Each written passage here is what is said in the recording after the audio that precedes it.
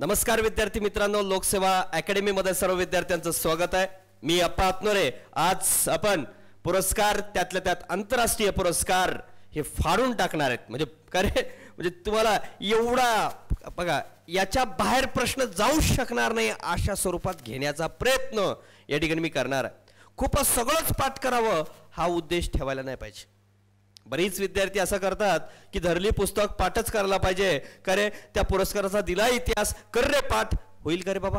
नाही होणार। असं मग काय केलं पाहिजे, काय केलं नाही पाहिजे आणि कुठली पुरस्कार महत्त्वाचे असतात? आपण आंतरराष्ट्रीय पुरस्कारामध्ये महत्त्वाचा सगळ्यात महत्त्वाचा नोबेल पुरस्कार, ऑस्कर पुरस्कार, मॅन बुकर इंटरनॅशनल ही जी काय महत्त्वाचे आहेत ही पुरस्कार आपल्या या ठिकाणी बघायचे आहेत। त्याचा अर्थ महत्त्वाचीच बघायचे, बाकीची बघायची नाही असं नाही, तर बाकीचीही यासोबत आपण बघणार आहोत। ओके, याच्यावरली प्रश्न आपण या ठिकाणी म्हणजे काय याच्या अगोदरच्या लेक्चरमध्ये बघितलेला आहे। तर आता नोबेलमध्ये तर सुरुवात आपण आंतरराष्ट्रीय पुरस्कारामध्ये सुरुवात पहिला नोबेल पुरस्कार।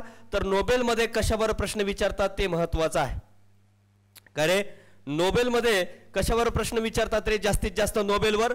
तर लक्षात घ्या मी काय सांगतोय त्यावर बघा। शांतता आणि काय साहित्य या दोनवर जास्तीत जास्त प्रश्न विचारतात, साहित्य। ओके, आणि तिसरा जर म्हणला तर मग अर्थशास्त्र याच्यावर प्रश्न विचारतात। मग आता या पुरस्काराच्या इतिहासावर प्रश्न असतात का रे? जास्त नाही। तर शांतता पुरस्कार कोणाला मिळालेला आहे, ते कोणत्या देशाचा व्यक्ती आहे, ओके, किंवा ती संस्था कशामध्ये काम करते, ओके, किंवा त्या संस्थेची स्थापना कधी झाली जर संस्थेला मिळाला असेल तर, ओके। तर तसं साहित्य, मग त्या साहित्य कृती कोणती आहे वगैरे, ओके, आणि त्या कोणत्या देशाच्या आहेत वगैरे। तर अर्थशास्त्रा बाबतीत एखाद्या वेळेस विचारू शकतात, पण जास्तीत जास्त प्रश्न इथं विचारतात, ओके।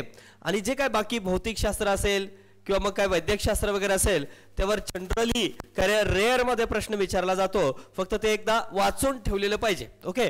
आणि मग आता या नोबेल पुरस्काराच्या इतिहासावर विचारतात का, हिस्ट्री जी काय, तर कदाचित कधीतरी एखाद्या वेळेस विचारतात।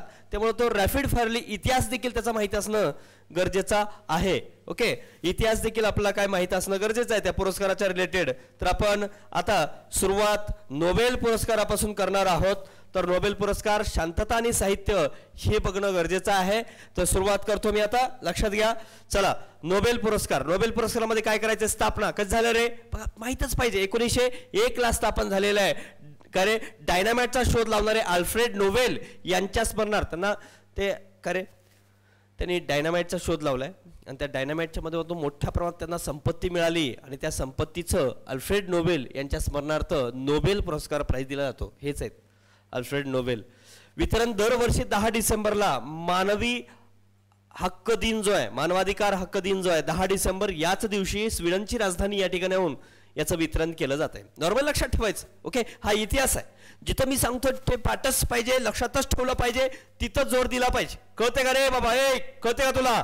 1901 ला आणि का रे 10 डिसेंबर रोजी शांततेच्या पुरस्काराचं वितरण ओस्ले नॉर्वेची राजधानी या ठिकाणी दिलं जात आहे आणि एकूण 6 क्षेत्रात हा पुरस्कार दिला जातो। पूर्वी 5 क्षेत्रात दिलं जायचं।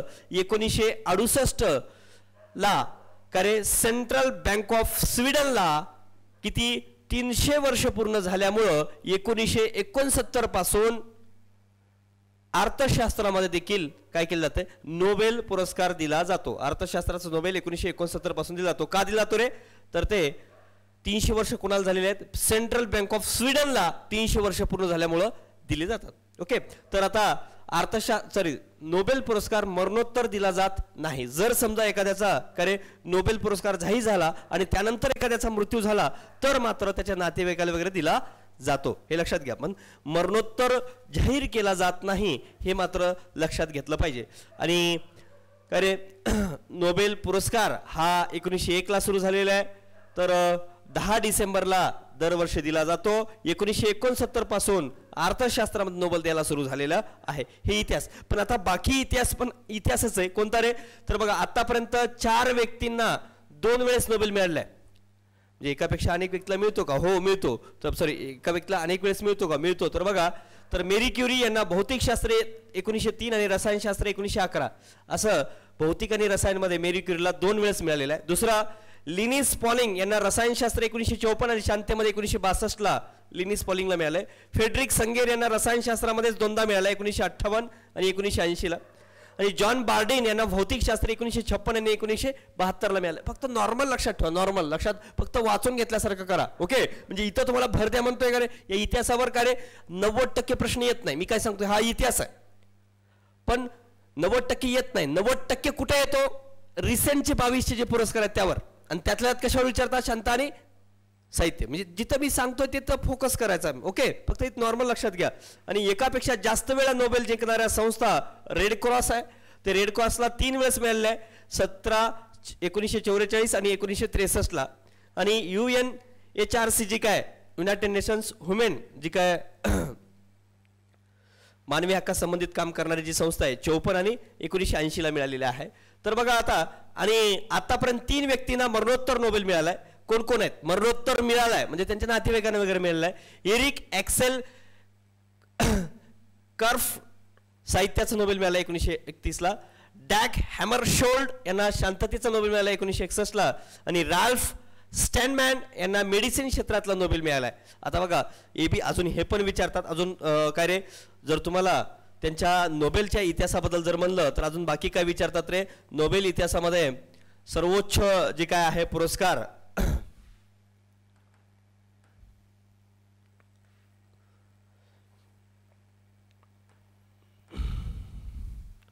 नोबेलच्या बाबतीत सर्वोच्च पुरस्कार जो आहे हे दिसतोय का अक्षर? बघा बरं प्रभू सर, रेड कलर दिसतोय का? बघा. तर बघा, तर नोबेलच्या बाबतीत गांधीजींना नोबेल जवळजवळ 5 वेळेस 37, 38, 39, 47, 48 1937, 38, 39, 37, 38, 39 आणि काय 47, 48 1947 आणि 1948 असं 5 वेळेस महात्मा गांधीजींना नामांकन मिळालेलं आहे. महात्मा गांधीजींना 5 वेळेस करे नोबेल पुरस्कारासाठी त्यांचं नाव पाठवण्यात आलं भारताकडनं. पण काय महात्मा गांधीजींना मात्र नोबेल पुरस्कार मात्र देण्यात आलेला नाही. ओके, तर त्यानंतर बघा, म्हणजे आतापर्यंत भारतीयांना बऱ्याच मिळालेला आहे, पण त्यातल्या त्यात करे यांना 5 वेळेस आपण पाठवलं होतं पण यांना मिळालेलं नाही. तर नोबेल पुरस्कार सर्वात तरुण व्यक्ती कोण आहे? सर्वात तरुण, त्यांच्यावरही प्रश्न विचारतात. सर्वात तरुण जे आहे तर मलाला हे आहेत युसुफझाई. ओके, ते किती वर्षाचे असताना मिळालेले रे त्यांना? तर 17व्या वर्षी मिळाले. ते पाकिस्तानचे आहेत. शांततेसाठी त्यांना मिळाला 2014 मध्ये. 2014 मध्ये त्यांना शांततेसाठी काय नोबेल पुरस्कार मिळालेला आहे. ते पाकिस्तानचे आहेत. ओके, हे लक्षात घ्या. मलाला युसुफझाई यांना ओके मानवाधिकार याच्या अंतर्गत त्यांनी काम केलेलं आहे. शांततेसाठी त्यांना काय सर्वात तरुण जे आहेत ते आहेत. त्यांना प्रश्न म्हणजे इतिहासाअंतर्गत या प्रश्न विचारू शकतात. आणि अजून काय विचारू शकतात रे? तर नोबेल पुरस्कार सर्वात वयस्कर मानकरी कोण रे? जॉबी गुड इनफ रसायनशास्त्र अमेरिकेचे आहे. 97व्या वर्षी मिळालाय. गुड इनफ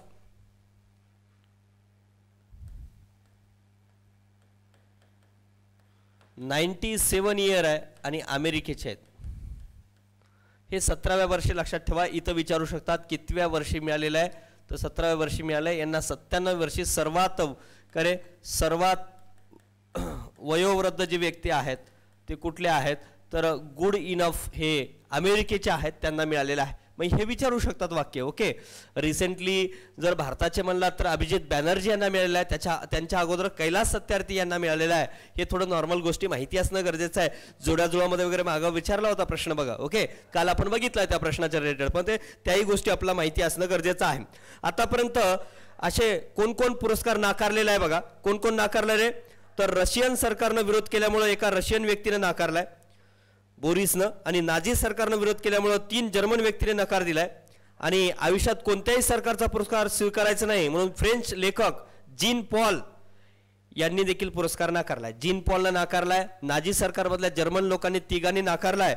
आणि रशियन सरकारनं विरोध केल्यामुळं एका रशियन व्यक्तीनं बोरिस यांनी साहित्यामधला नोबेल नाकारलाय. म्हणजे कोणी नाकारलाय ते देखील नोबेलमधलं विचारू शकतात. हा नोबेलचा इतिहास झाला. एवढ्या गोष्टी नोबेलच्या इतिहासाच्या रिलेटेड माहिती पाहिजे. दिसतंय ना सर? हे क्लिअर दिसतंय? हा, तर मग एवढ्या गोष्टी तरी किमान माहिती पाहिजे. ओके, तर आता ऍक्च्युली आपण नोबेल पुरस्कार जे आहे यावर्षीचे जे काय नोबेल पुरस्कार आहे त्यावर आपण या ठिकाणी काय प्रकाश जोत टाकणार आहोत. ओके, तर आता यावर्षीचा नोबेल पुरस्कार आता वैद्यकशास्त्रातला पहिला नोबेल लक्षात घ्या, यावर्षीचा स्वांते पाबो यांना मिळालाय. कोणाला मिळालाय? स्वांते पाबो. आता वैद्यकशास्त्रातला कोणाला मिळालाय? स्वांते पाबो. कोण आहेत रे स्वांते पाबो? हे स्वीडनचे व्यक्ती आहेत. मग यांचा सगळा हा असा इतिहास बरेच वाचत बसतात पोरं, काही गरज नाही. मग इथं काय लक्षात घेतलं पाहिजे रे, मी काय सांगतोय बघा. स्वांते पाबो यांना मिळालेला आहे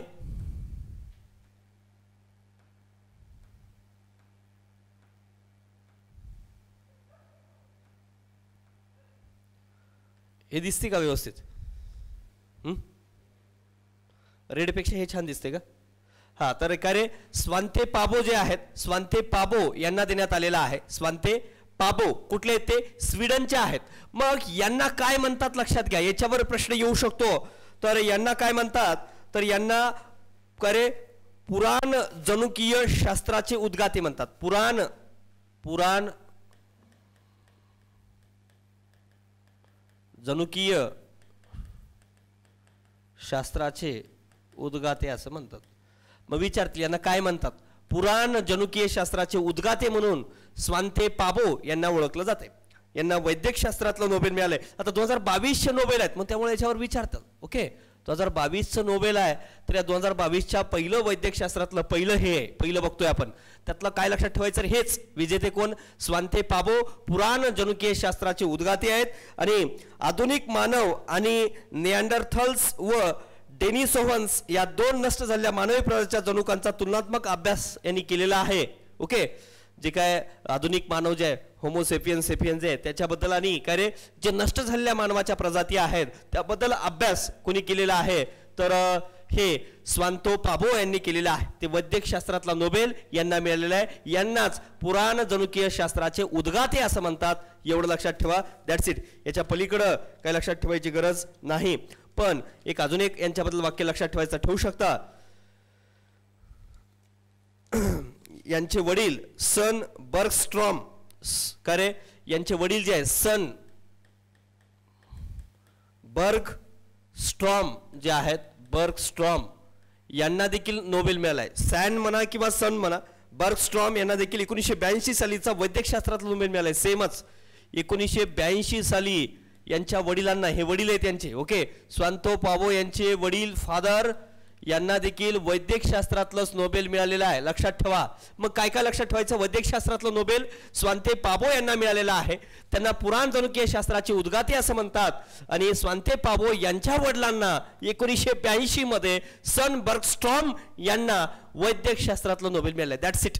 आता हे जे काय खाली दिलेलं आहे हे सगळं मी वाचूनच तुम्हाला सांगितलेलं आहे. ओके, मग हे पुन्हा सगळं वाचत बसायचं तर वाचत बसू शकता. ज्याला पुस्तक घेऊन वाचायचं ना वाचत बसा.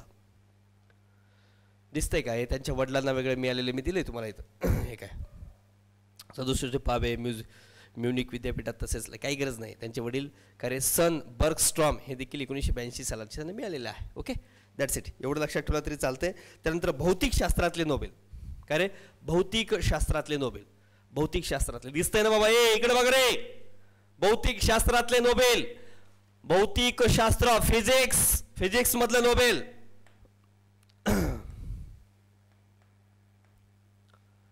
कोणाला मिळाला? पहिला ॲलन ॲस्पेक्ट, फ्रान्स आहेत. त्यानंतर जॉन एफ क्लाझर, म्हणजे नॉर्मल लक्षात ठेवा. क्लाझर, ॲस्पेक्ट आणि अँटॉन छेलिंगर ऑस्ट्रियाचे आहेत. आणि जॉन एफ क्लाझर हे अमेरिकेचे आहेत.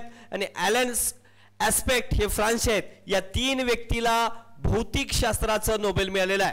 भौतिक शास्त्राचं नोबेल कोणाकोणाला मिळालाय असा प्रश्न जर विचारला, Allen John Anton Allen Anton John असं लक्षात शकतो, किंवा झालिंगन, ग्लॅन्झर आणि ॲस्पेक्ट. ओके, असं लक्षात ठेवू शकता. तर यांचं कार्य क्वांटम माहिती विज्ञान आणि फोटॉनवर केलेल्या संशोधनाबद्दल आहे. म्हणजे quantum information science, quantum information science यांच्याबद्दल यांचं कार्य आहे. एवढंच नॉर्मल लक्षात ठेवा. That's it. एवढं लक्षात ठेवला तरी सफिशियंट आहे. याच्या पलीकडे जायची गरज नाही. हे सगळं उगाच वाचत बसायचं असेल तर वाचत बसू शकता. ओके, क्वांटम माहिती विज्ञान आणि फोटॉन वर केलेल्या संशोधनाबद्दल यांना मिळालेला आहे. कशाबद्दल? वैज्ञानिकांना क्वांटम माहिती विज्ञान आणि फोटॉन वर केलेल्या संशोधनाबद्दल भौतिक शास्त्राचा Nobel Alain Aspect, John F Clauser आणि अँटॉन झेलिंगर यांना मिळालेला आहे.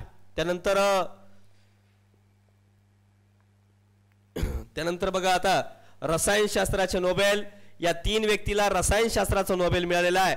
कोणकोणते आहेत रे? तर Carolyn R Bertozzi America, Morten Meldal Denmark आणि बॅरी शार्पलेस हे अमेरिका. ओके, डेन्मार्कचं एक आहे, अमेरिकेचे 2 आहेत. कोण रे? शार्पस लोक असतात अमेरिकेचे. आणि कशात मिळालाय? रसायनशास्त्रातला मिळालेला आहे. आणि कॅरोलिन, मार्टिन आणि बॅरी या तिघांना काय मिळालेलं आहे रे? तर रसायनशास्त्राचा नोबेल या तिघांना मिळालेला आहे. ओके, तर क्लिक केमिस्ट्री किंवा बायो ऑर्थोगोनल केमिस्ट्रीचा यांनी काय विकास केलेला आहे. कशाचा रे? हे बघा इथं दिलेलं आहे.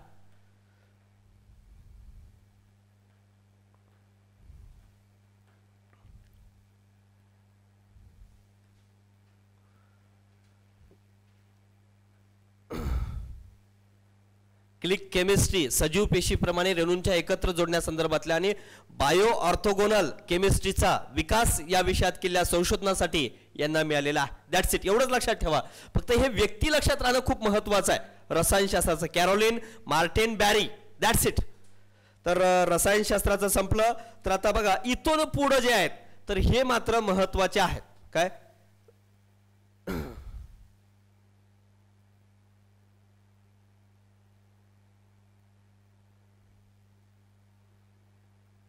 हा, एक लक्षात ठेवा, याच्यातले जे शार्पलेस आहेत, शार्पलेस ते शार्प होते म्हणून 2001ला देखील त्यांना नोबेल पारितोषिक मिळालेलं आहे असं लक्षात ठेवा. ओके, 2001ला त्यांना मिळालाय.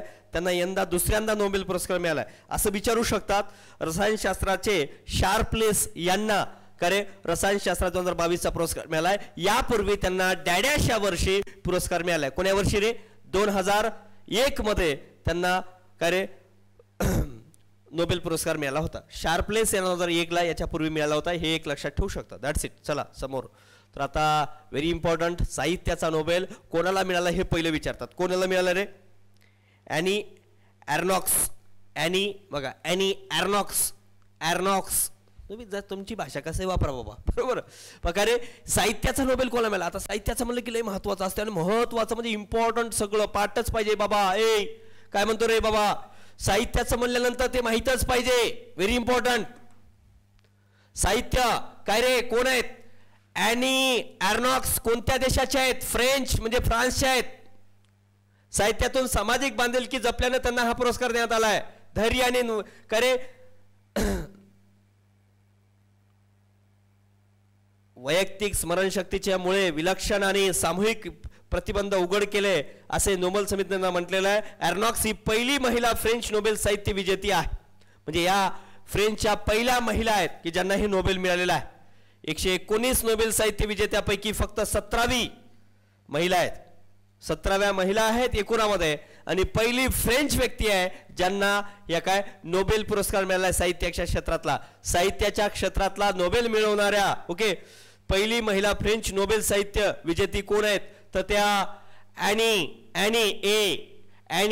ॲर्नॉक्स आहेत, फ्रेंच आहेत. तर त्याच्यावर प्रश्न मी जोर का देतो रे साहित्यावर एवढं?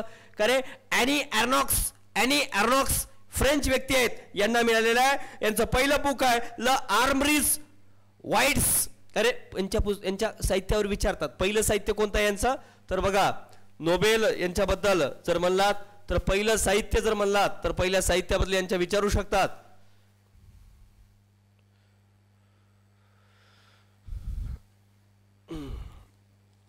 कोणतं आहे पहिलं बुक? ल आर्मरीज वाईट्स.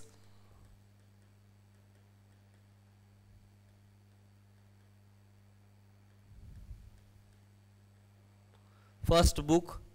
आणि त्यानंतर इतर म्हणलात 1983चं त्यांचं बुक आहे ते म्हणजे कोणतं आहे रे? ल प्लेस. 1997ला होंत. त्यानंतर 2000 मध्ये त्यांचं पुस्तक आहे होमेंट आणि 2008चं त्यांचं आहे ले एन्स. ओके, एवढे लक्षात ठेवू शकता. ल एन्स, ल हॅमेंट, ल होंत, ल प्लेस, ल आर्मरीज वाईड्स हे त्यांचं पहिलं बुक आहे. तर यांच्या या साहित्यकृतीबद्दल हे प्रश्न विचारू शकतात. ओके, तर एनॉक्स ही पहिली महिला फ्रेंच नोबेल पारितोषिक मिळवणारे आहेत. ॲनी एर्नॉक्स ह्या फ्रेंच लेखिका आहेत. त्यांचं कार्य साहित्यातून सामाजिक बांधिलकी जपल्यानं त्यांना हा पुरस्कार देण्यात आलेला आहे. आणि त्या पहिल्या फ्रेंच व्यक्ती आहेत जे नोबेलमध्ये साहित्यामधलं नोबेल त्यांना मिळालेला आहे. यांच्याबद्दल विचारू शकतात. ॲनी एर्नॉक्स ह्या आत्मचरित्रात्मक आणि समाजशास्त्रावर आधारित त्यांची साहित्यकृती आहे. ओके, द इयर्स हे प्रसिद्ध पुस्तक आहे त्यांचं. आत्मचरित्र आणि कादंबरीचं एकत्रीकरण करून त्यांनी लिहिलं द इयर्स हे पुस्तक आहे त्यांचं. द इयर्स याच पुस्तकाला त्यांना नामांकन मिळालेलं आहे. ओके, नामांकन मिळालेलं आहे त्या पुस्तकाला. सिमॉन द बुआ आणि जीन पॉल सांत्रे यांच्या आयुष्यावर खूप प्रभाव असल्याचं त्या सांगतात. ओके, नॉर्मली लक्षात ठेवा. तर काय रे, तर कोणाला मिळालाय? ॲनी एर्नॉक्स यांना साहित्यातलं नोबेल मिळालेलं आहे. त्यांचं पहिलं पुस्तक द आर्मरीज वाईड्स हे आहे आणि त्यांचं प्रसिद्ध पुस्तक द इयर्स आहे. कोणतं? द इयर्स हे पुस्तक त्यांचं प्रसिद्ध पुस्तक आहे.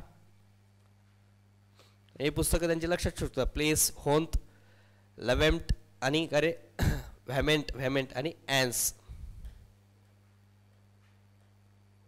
चला, जन्म 1940ला. फ्रेंच लेखिका आणि साहित्यिक विषयाच्या प्राध्यापक आहेत. ते साहित्यिक कार्य बहुतेक आत्मचरित्रात्मक आणि समाजशास्त्रावर आधारित आहे. 1974 पहिल्यांदा लेस आर्मरीज वीड्स हे आत्मचरित्रपर कादंबरी लिहिली. आत्मचरित्र आणि कादंबरीचं एकत्रीकरण करून त्यांनी लिहिलेलं काय? द इयर्स हे पुस्तक प्रसिद्ध आहे. कोणतं? The years. लक्षात ठेवा, द इयर्स पुस्तक कोणाचं आहे विचारू शकता. तो कोणाचा आहे? ॲनी ॲस्करिन यांचा आहे. आता शांततेचं नोबेल. शांततेचं महत्त्वाचं, व्हेरी इम्पॉर्टंट. शांततेचं नोबेल. तर शांततेचं नोबेल जे आहे तर कोणाला मिळालेलं आहे? ॲलेस बालियात्स्की. ओके, कुठले आहेत? बेलारूसचे मानवाधिकार. सगळ्या मानवाधिकारच आहेत बघा. ह्या दोन संघटनांना मिळाले आणि या एका व्यक्तीला मिळालेला आहे. ओके, संघटना यांची 1996ची वियासना आहे. वियासना करे 1996 ना. 1996ची काय रे? वियासना. वियासना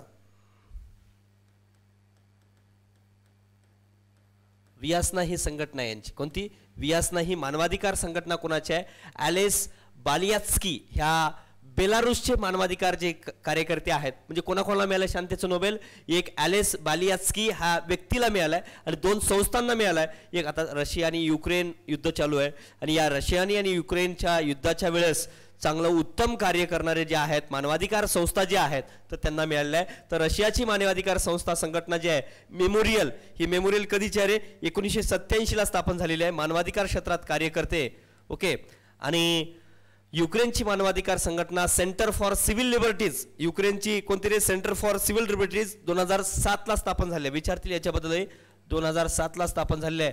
तर शांततेचं नोबेल कोणाला मिळाला? ॲलेस बालियात्स्की हे मानवाधिकार बेलारूसचे आहेत आणि युक्रेनची जी काय आहे मानवाधिकार संघटना सेंटर फॉर सिव्हिल लिबर्टीज 2007ला स्थापन झाली त्यांना, आणि रशियाची मानवाधिकार संघटना मेमोरियल यांना, या तिघांना शांततेचं नोबेल मिळालं आहे. दोन संघटना आणि एक व्यक्ती कोण? ॲलेस बालियात्स्की या बेलारूसचे मानवाधिकार कार्यकर्ते आहेत.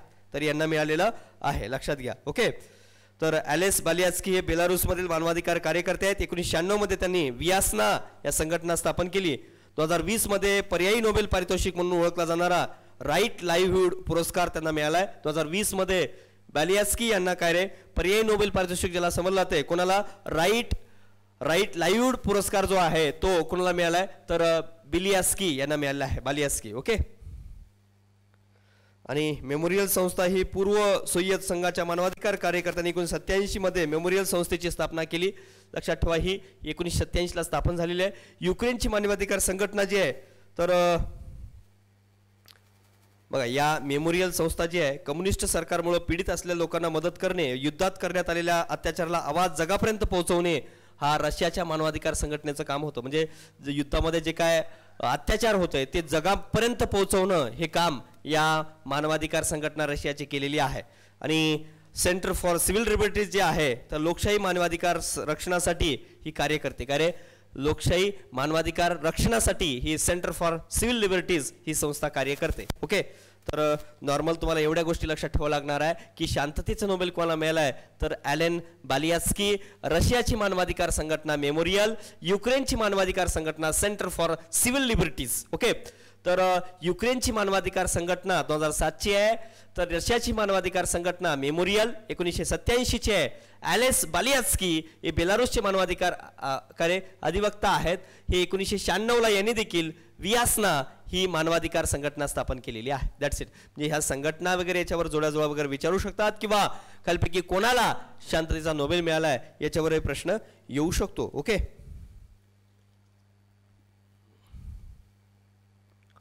तर बघा याच्यामध्ये इथं दिलेलं आहे बघा ॲलेन बॅलियास्की बाबत. ॲलेन बॅलियास्की हे बेलारूसमधील मानवाधिकार कार्यकर्ते आहेत. 1980च्या दशकात लोकशाही आंदोलन सुरू करणाऱ्यापैकी ते एक आहेत. 96 मध्ये त्यांनी वियासना संघटनेची स्थापना केली. जगभरात हुकुमशाही विरोधात लढणाऱ्या आणि त्यांच्या कुटुंबियांना त्यांनी मदत करतात. ओके, संपूर्ण आयुष्य राजकीय कैद्यावर होणाऱ्या अत्याचाराविरोधात लढण्यासाठी देशात लोकशाही यावी आणि शांतपूर्ण विकास व्हावा यासाठी वाहून घेतले त्यांनी. आणि त्यांचा 2020 मध्ये त्यांना पर्यायी नोबेल पारितोषिक त्यांना घोषित करण्यात आलेला आहे. ओके, हां, मेमोरियल संस्था सांगितली आता 87ची आहे. पूर्व सोव्हिएत संघाच्या मानवाधिकार कार्यकर्त्यांनी कम्युनिस्ट सरकारमुळे पीडित असलेल्या लोकांना मदत करणे वगैरे काम आहे. हां, हे सेंटर फॉर सिव्हिल लिबर्टीज युक्रेनमधली आहे. युक्रेनमधील लोकशाही मानवाधिकार रक्षणासाठी कार्य करते. आणि या संघटनेचे सध्या प्रमुख कोण आहेत रे? अलेक्झांड्रा मत्विचुक आहेत. फेब्रुवारी 2020 मध्ये रशियाने केलेल्या हल्ल्यानंतर या संस्थेने रशियन युद्ध गुन्हे ओळखून त्याविरोधात पुरावे गोळा करण्याचं काम देखील या संस्थेने केलेलं आहे. ओके, असो, तर बघा आता अर्थशास्त्राचे नोबेल या 3 व्यक्तीला मिळालेलं आहे. हे पण लक्षात ठेवावं लागणार आहे. कोणाकोणाला मिळाले? बेन एस बर्नांके, अमेरिकेच्या फेडरल बँकेचे माजी अध्यक्ष आहेत बेन एस बर्नांके. आणि डग्लस डब्ल्यू डायमंड अमेरिकेचेच आहेत. Philip H Dybvig, okay, Philip Dybvig, Douglas Diamond, Ben Bernanke या तिघांना अर्थशास्त्राचं नोबेल मिळाले. हे तिघही अमेरिकेचे आहेत. यांनी काम काय केले बघा, हे महत्त्वाचं आहे. अर्थशास्त्राच्या नोबेलाची घोषणा करताना समितीनं म्हणलेलं आहे अर्थव्यवस्था संकटात असताना समाजाच्या बँकांची मदत घेऊन या आव्हानाचा कसा निपटारा करावा हे तिन्ही तज्ज्ञांनी सांगितले की कधी अर्थव्यवस्था संकटात असताना समाजानं बँकांची मदत घेऊन त्या आव्हानाला सामोरं कसं जायचं त्याचं विश्लेषण या तिघांनी केलेलं आहे. लक्षात, तर एवढंच लक्षात ठेवायचं आहे, बाकी काही लक्षात नका ठेवू. तर 2021चे म्हणलात तर वैद्यकशास्त्रामध्ये तरी लक्षात ठेवू शकता आर्डेम पॅटापॉशियन, डेव्हिड जुलियस वैद्यकशास्त्रातलं, भौतिकशास्त्रामध्ये सुकुरो मनाबे हे 21चे आहेत. त्यानंतर क्लास ॲझहलमन आणि निओर्गिओ पॅरिसी, आणि रसायनशास्त्रात म्हणला तर बेंजामिन लिस्ट आणि डेव्हिड मॅकमिलन वगैरे. आणि साहित्यामधलं लक्षात हे तर मात्र लक्षात ठेवावं लागणार 2021चं देखील. का रे, कुणाला मिळाले? अब्दुल रजाक गुर्नाहा टांझानियाचा. मी याच्या अगोदरचे जे व्हिडिओ घेतलेले आहेत, ओके, त्याच्यामध्ये तुम्ही बघू शकता. ते मी 21चे सगळं घेतलेलं आहे. तर कुणा आहेत रे? तर अब्दुल रजाक गुर्नाहा टांझानियाचे आहेत. आणि शांततेमध्ये मारिया रेसा फिलिपाईन्सच्या, त्यांच्या रेफलर याच्यावर देखील प्रकारे याच्यावर विचारलेलं आहे. दिमित्री मुरातो रशियाचे आहेत शांततेमध्ये, हे विचारावं लागतं. मारिया रेसा आणि दिमित्री मुरातो यांच्यावर विचारू शकतात भविष्यामध्ये देखील. ओके, आणि अर्थशास्त्राचे डेव्हिड कार्ड, जोशुआ अँग्रिस्ट आणि मिडो इम्बेन्स अमेरिकेचे आहेत. यांच्यावर विचारू शकतात. पण हे 2 मात्र लक्षात ठेवा, साहित्य आणि शांतता 2021चे. आणि 2022चे काय लक्षात ठेवाल? शांतता आणि काय नोबेल कुठले अर्थशास्त्रातलं माहितीच पाहिजे. अर्थशास्त्रातलं कुणाला मिळालंय? ॲनी ॲर्नॉक्स यांना मिळालंय साहित्यामध्ये. आणि त्या कुठल्या आहेत? फ्रेंच लेखिका आहेत. फ्रेंच मधल्या पहिल्या महिला आहेत साहित्यामधला नोबेल मिळवणाऱ्या. आणि शांततेचं नोबेल पुन्हा सांगतो ॲलेस बालियास्की, रशियाच्या मानवाधिकार संघटना मेमोरियल आणि युक्रेनची मानवाधिकार संघटना सेंटर फॉर सिव्हिल लिबर्टीज. एवढं सांगून लक्षात राहत नसेल तर फार कणकानाखाली मारून घ्यायचं. मी महत्वाच्या गोष्टी सांगितले. कुठे हे वाचून दाखवले का हे बाबा? नाही, सरळ 96ची बाबा वियासना संघटना मी स्वतः वाचून आलो. हे बघा वाचून. त्याच्यानंतर सांगतोय उगाच काहीतरी करत करत बसतात मजा आहे का रे, आलं इथं उगाच ते वाचून दाखवतंय, काय अर्थ आहे त्याला, तू स्वतः मेहनत करू रे बाबा बरोबर ना. तर ते फायदा आहे पोरो. मला हेच सांगायचं आहे तुम्हाला की जे सांगितलंय तेवढंच करा, निश्चिंत फायदा होतो. तर सगळंच वाचत बसलात तर मग रिझल्ट येत नाही. चला त्यानंतरचा नेक्स्ट पुरस्कार बघा. आतापर्यंतचे भारतातले जर नोबेल म्हणला तर रवींद्रनाथ टागोर यांना 1913ला साहित्य क्षेत्रातला कविता नाटकांचा लेखक, ओके, नाटकाचे लेखन केल्याबद्दल रवींद्रनाथ टागोर 1913 साहित्यामध्ये मिळालाय पहिला. त्याच्यानंतर चंद्रशेखर वेंकटरमण यांना 1930ला भौतिकशास्त्राचा मिळालेला आहे प्रकाशाच्या उल्लेखनीय कामाबद्दल. डॉक्टर हरगोविंद खुराना 1968 वैद्यकशास्त्रामधलं जेनेटिक कोड आणि प्रोटीन विश्लेषणाबद्दल. मदर तेरेसा 1979 शांताबद्दल मिळालेला आहे. आणि डॉक्टर सुब्रमण्यम चंद्रशेखर यांना भौतिकशास्त्राबद्दलच मिळालेले आहे. डॉक्टर अमर्त्य सेन यांना अर्थशास्त्राबद्दल मिळाले, कल्याणकारी अर्थशास्त्रातल्या योगदानाबद्दल. आणि नायपॉल जे आहेत ते मात्र भारतीय वंशाचे आहेत, साहित्यामध्ये मिळालेले आहे. वेंकटरमण रामकृष्ण रसायनशास्त्राबद्दल मिळालाय 2009ला. आणि सध्या रिसेंटली कैलास सत्यार्थी असतील 2014ला मुले आणि युवक यांच्या शोषणाबद्दल कार्य केलंय. कैलास सत्यार्थी आणि अभिजित बॅनर्जी यांना 2019 मध्ये अर्थशास्त्र जागतिक दारिद्र्य निर्मूलनासाठी प्रायोगिक दृष्टिकोन यासाठी पुरस्कार मिळालाय. ओके. आणि आता एक महत्वाचा आहे, नोबेल पुरस्कार सोहळ्यात इराणला बंदी घातलं. इराण एकट्यालाच बंदी घातलंय. इराण हा तिसरा देश आहे. इराण बंदी घालणारा कोण कोण, पहिलं रशिया, नंतर बेलारूस, खरे, नंतर नोबेल पुरस्कार सोहळ्यात प्रवेश नाकारण्यात आलेला इराण तिसरा देश आहे.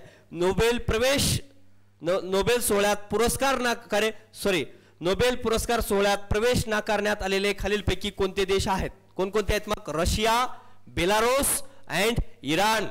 ओके, हे 3 देश आहेत, असं लक्षात ठेवू शकता. ओके, 3 देश आहेत. नोबेल खूप महत्वाचा आहे. आता त्यानंतर रॅमन मॅग्सेसे पुरस्कार आशिया खंडाचा प्रति नोबेल म्हणून ओळखला जातो. आशियाचा प्रति नोबेल म्हणून कोणत्या पुरस्काराला ओळखला जाते तर ते कुठला आहे रे?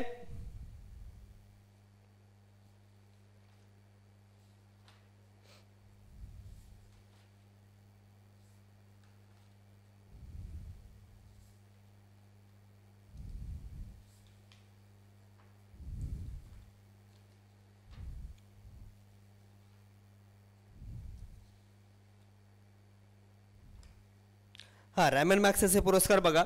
तर रॅमन मॅग्सेसे पुरस्कार काही नॉर्मल लक्षात ठेवायचा. रॅमन मॅग्सेसे पुरस्कार कोणाला मिळालाय तर आशियाई नोबेल म्हणून ओळखला जाणाऱ्या प्रतिष्ठित रॅमन मॅग्सेसे पुरस्काराची घोषणा 2022ला केलेली आहे.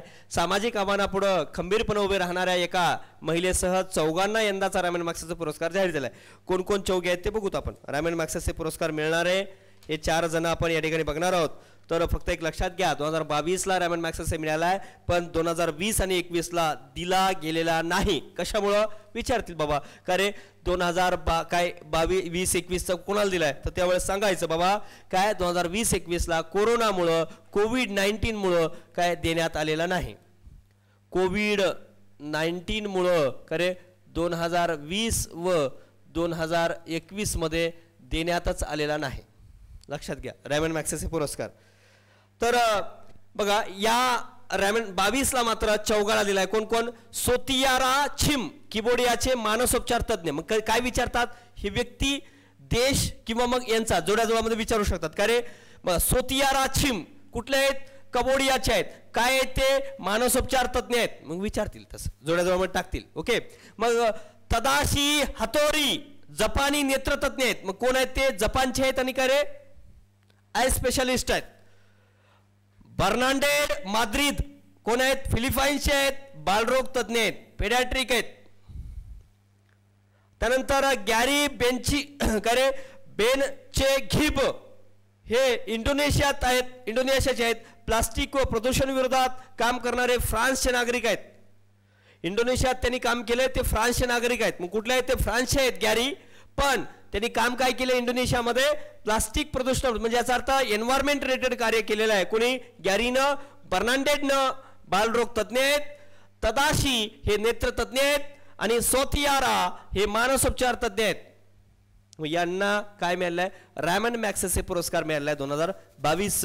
20 आणि 21ला मात्र कुठल्याही व्यक्तीला रॅमन मॅग्सेसे पुरस्कार मिळालेला नाही. तर एक केरळचे आपले जे काय माजी आरोग्य मंत्री के शैलजा जे आहेत यांनी मात्र नोबेल पुरस्कार नाकारलेला आहे. का नाकारलाय बाबा?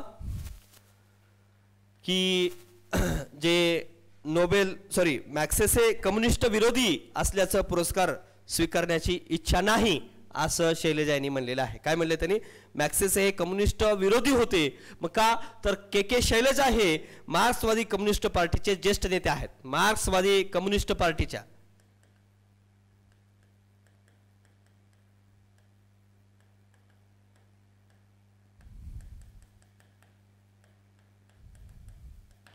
मग यांचं म्हणणं काय होतं की बाबा काय मॅक्सेसे हे काय कम्युनिस्ट विरोधी असल्याचं पुरस्कार स्वीकारण्याची इच्छा नाही असं के शैलजा असं विचारतील. आणि मॅक्सेसे पुरस्कार कुणी नाकारलाय? ओके, तर केरळचे आहेत ते माजी आरोग्य मंत्री मार्क्सवादी कम्युनिस्ट पार्टीच्या ज्येष्ठ नेत्या कोण के शैलजा यांनी पुरस्कार हा नाकारलेला आहे. ओके, तर रॅमन मॅक्सेसे पुरस्कार आशिया खंडातल्या व्यक्तींनाच दिला जातो.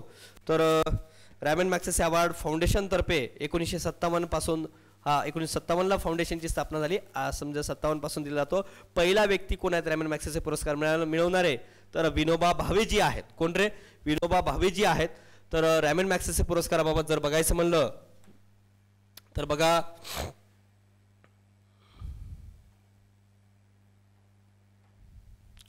तर या रॅमन मॅक्सेसे पुरस्कार जो आहे तर 1957 पासून दिला जातो. ओके, आशियाचा नोबेल म्हणून ओळखला जातो. तर रॅमन मॅक्सेसे अवॉर्ड फाउंडेशन तर्फे हा दिला जातो. फिलिपाईन्सचे तिसरे राष्ट्राध्यक्ष कितवे रे? फिलिपाईन्सचे तिसरे राष्ट्राध्यक्ष रॅमन मॅक्सेसे यांच्या नावाने 1957 पासून हा दिला जातो. ओके, सरकारी सेवा, समाजकारण, साहित्य, पत्रकारिता, शांतता आणि आंतरराष्ट्रीय संबंध आदी क्षेत्रामध्ये उल्लेखनीय योगदान करणाऱ्यांना हा दिला जातो. पुरस्कार सुरुवात न्यूयॉर्कमधील रॉकफेलर भावंडांनी केलेली आहे आणि पुरस्कार प्रथम 1958 मध्ये करे तर विनोबा भावे यांना मिळालाय. बघा इथं तुम्ही असंही लक्षात ठेवू शकता जरी 57ला सुरू झालं तर 57ला देण्यात आलेलं नाही तर ते 58ला प्रथम पुरस्कार मिळालाय. ओके, आणि प्रशस्तीपत्र वगैरे काय असेल बघा. पहिला कोणाला मिळाला रे? तर विनोबा भावे यांना मिळालाय. आतापर्यंत 55 भारतीयांना मिळालाय हा रॅमन मॅक्सेसे पुरस्कार. ओके, किती? 55 भारतीयांना मिळालेला आहे. आता कोणाला मिळाला ते सांगितलं रॅमन मॅक्सेसे पुरस्कार. आणि कधी सुरू झाले? 57ला. ओके, पहिला 58ला मिळाला विनोबा भावे यांना. आशिया खंडातला प्रति नोबेल म्हणून ओळखला जातो. That's it. हा, त्यातल्यानंतर बघा काय रे UNHCR चा नॉनसेन काय रे रिफ्युजी अवॉर्ड. रिफ्युजी म्हणजे काय रे? स्थलांतरित लोक, म्हणजे स्थलांतरितांना स्थान देणारी व्यक्ती म्हणून अवॉर्ड असा जो व्यक्तीचा आहे म्हणजे स्थलांतरितांचा मायबाप म्हणून जो अवॉर्ड मिळाला आहे तो कोणाला मिळाला आहे? अँजेला मर्कल यांना मिळालेला आहे. खरे अँजेला मर्कल यांना मिळालेला आहे. त्यांनी चान्सलर म्हणून 2005 ते 2021 चान्सलर, जर्मनीच्या चान्सलर म्हणून 2005 ते 2021 कार्य केलेलं आहे.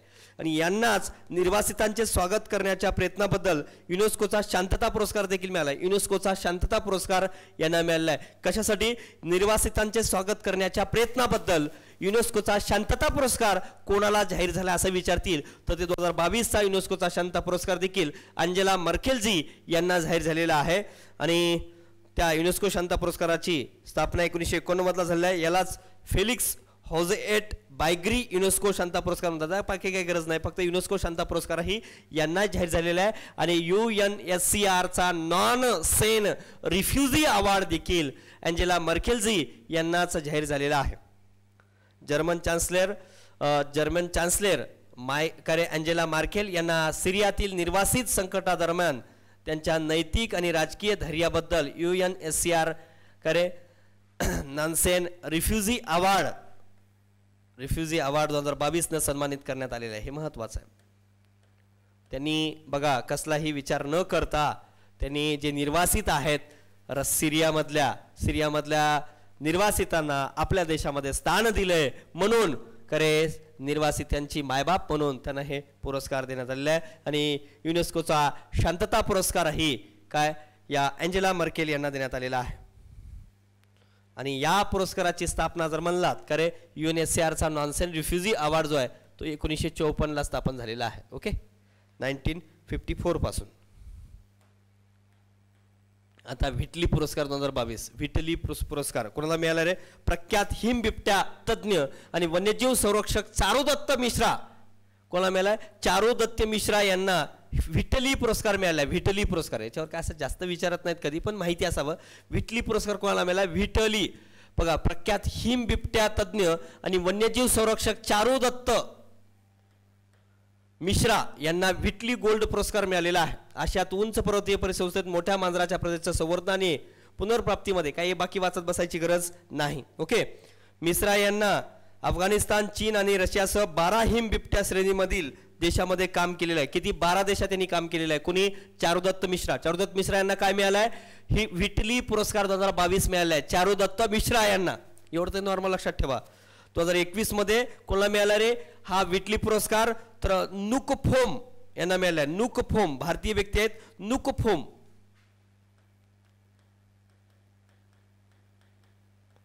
फोम यांना मिळाल्या 2021 मध्ये. नूक आणि त्यांच्या टीमने अमूर फाल्कन या पक्षाचं संवर्धन केलं होतं. ओके, व्हिटली पुरस्कार जर म्हणलात ब्रिटन मधले व्हिटली फंड फॉर नेचर द्वारा दिला जातो. ग्रीन ऑस्कर म्हणून ओळखला तो. हा व्हिटली पुरस्कार म्हणजेच काय रे? ग्रीन ऑस्कर आहे. खाली दिलेला आहे ग्रीन ऑस्कर. बघा फक्त व्हिटली पुरस्कार कोणाला मिळाला? 2022 चा चारुदत्त मिश्रा आणि 2021 चा कोणाला मिळाला?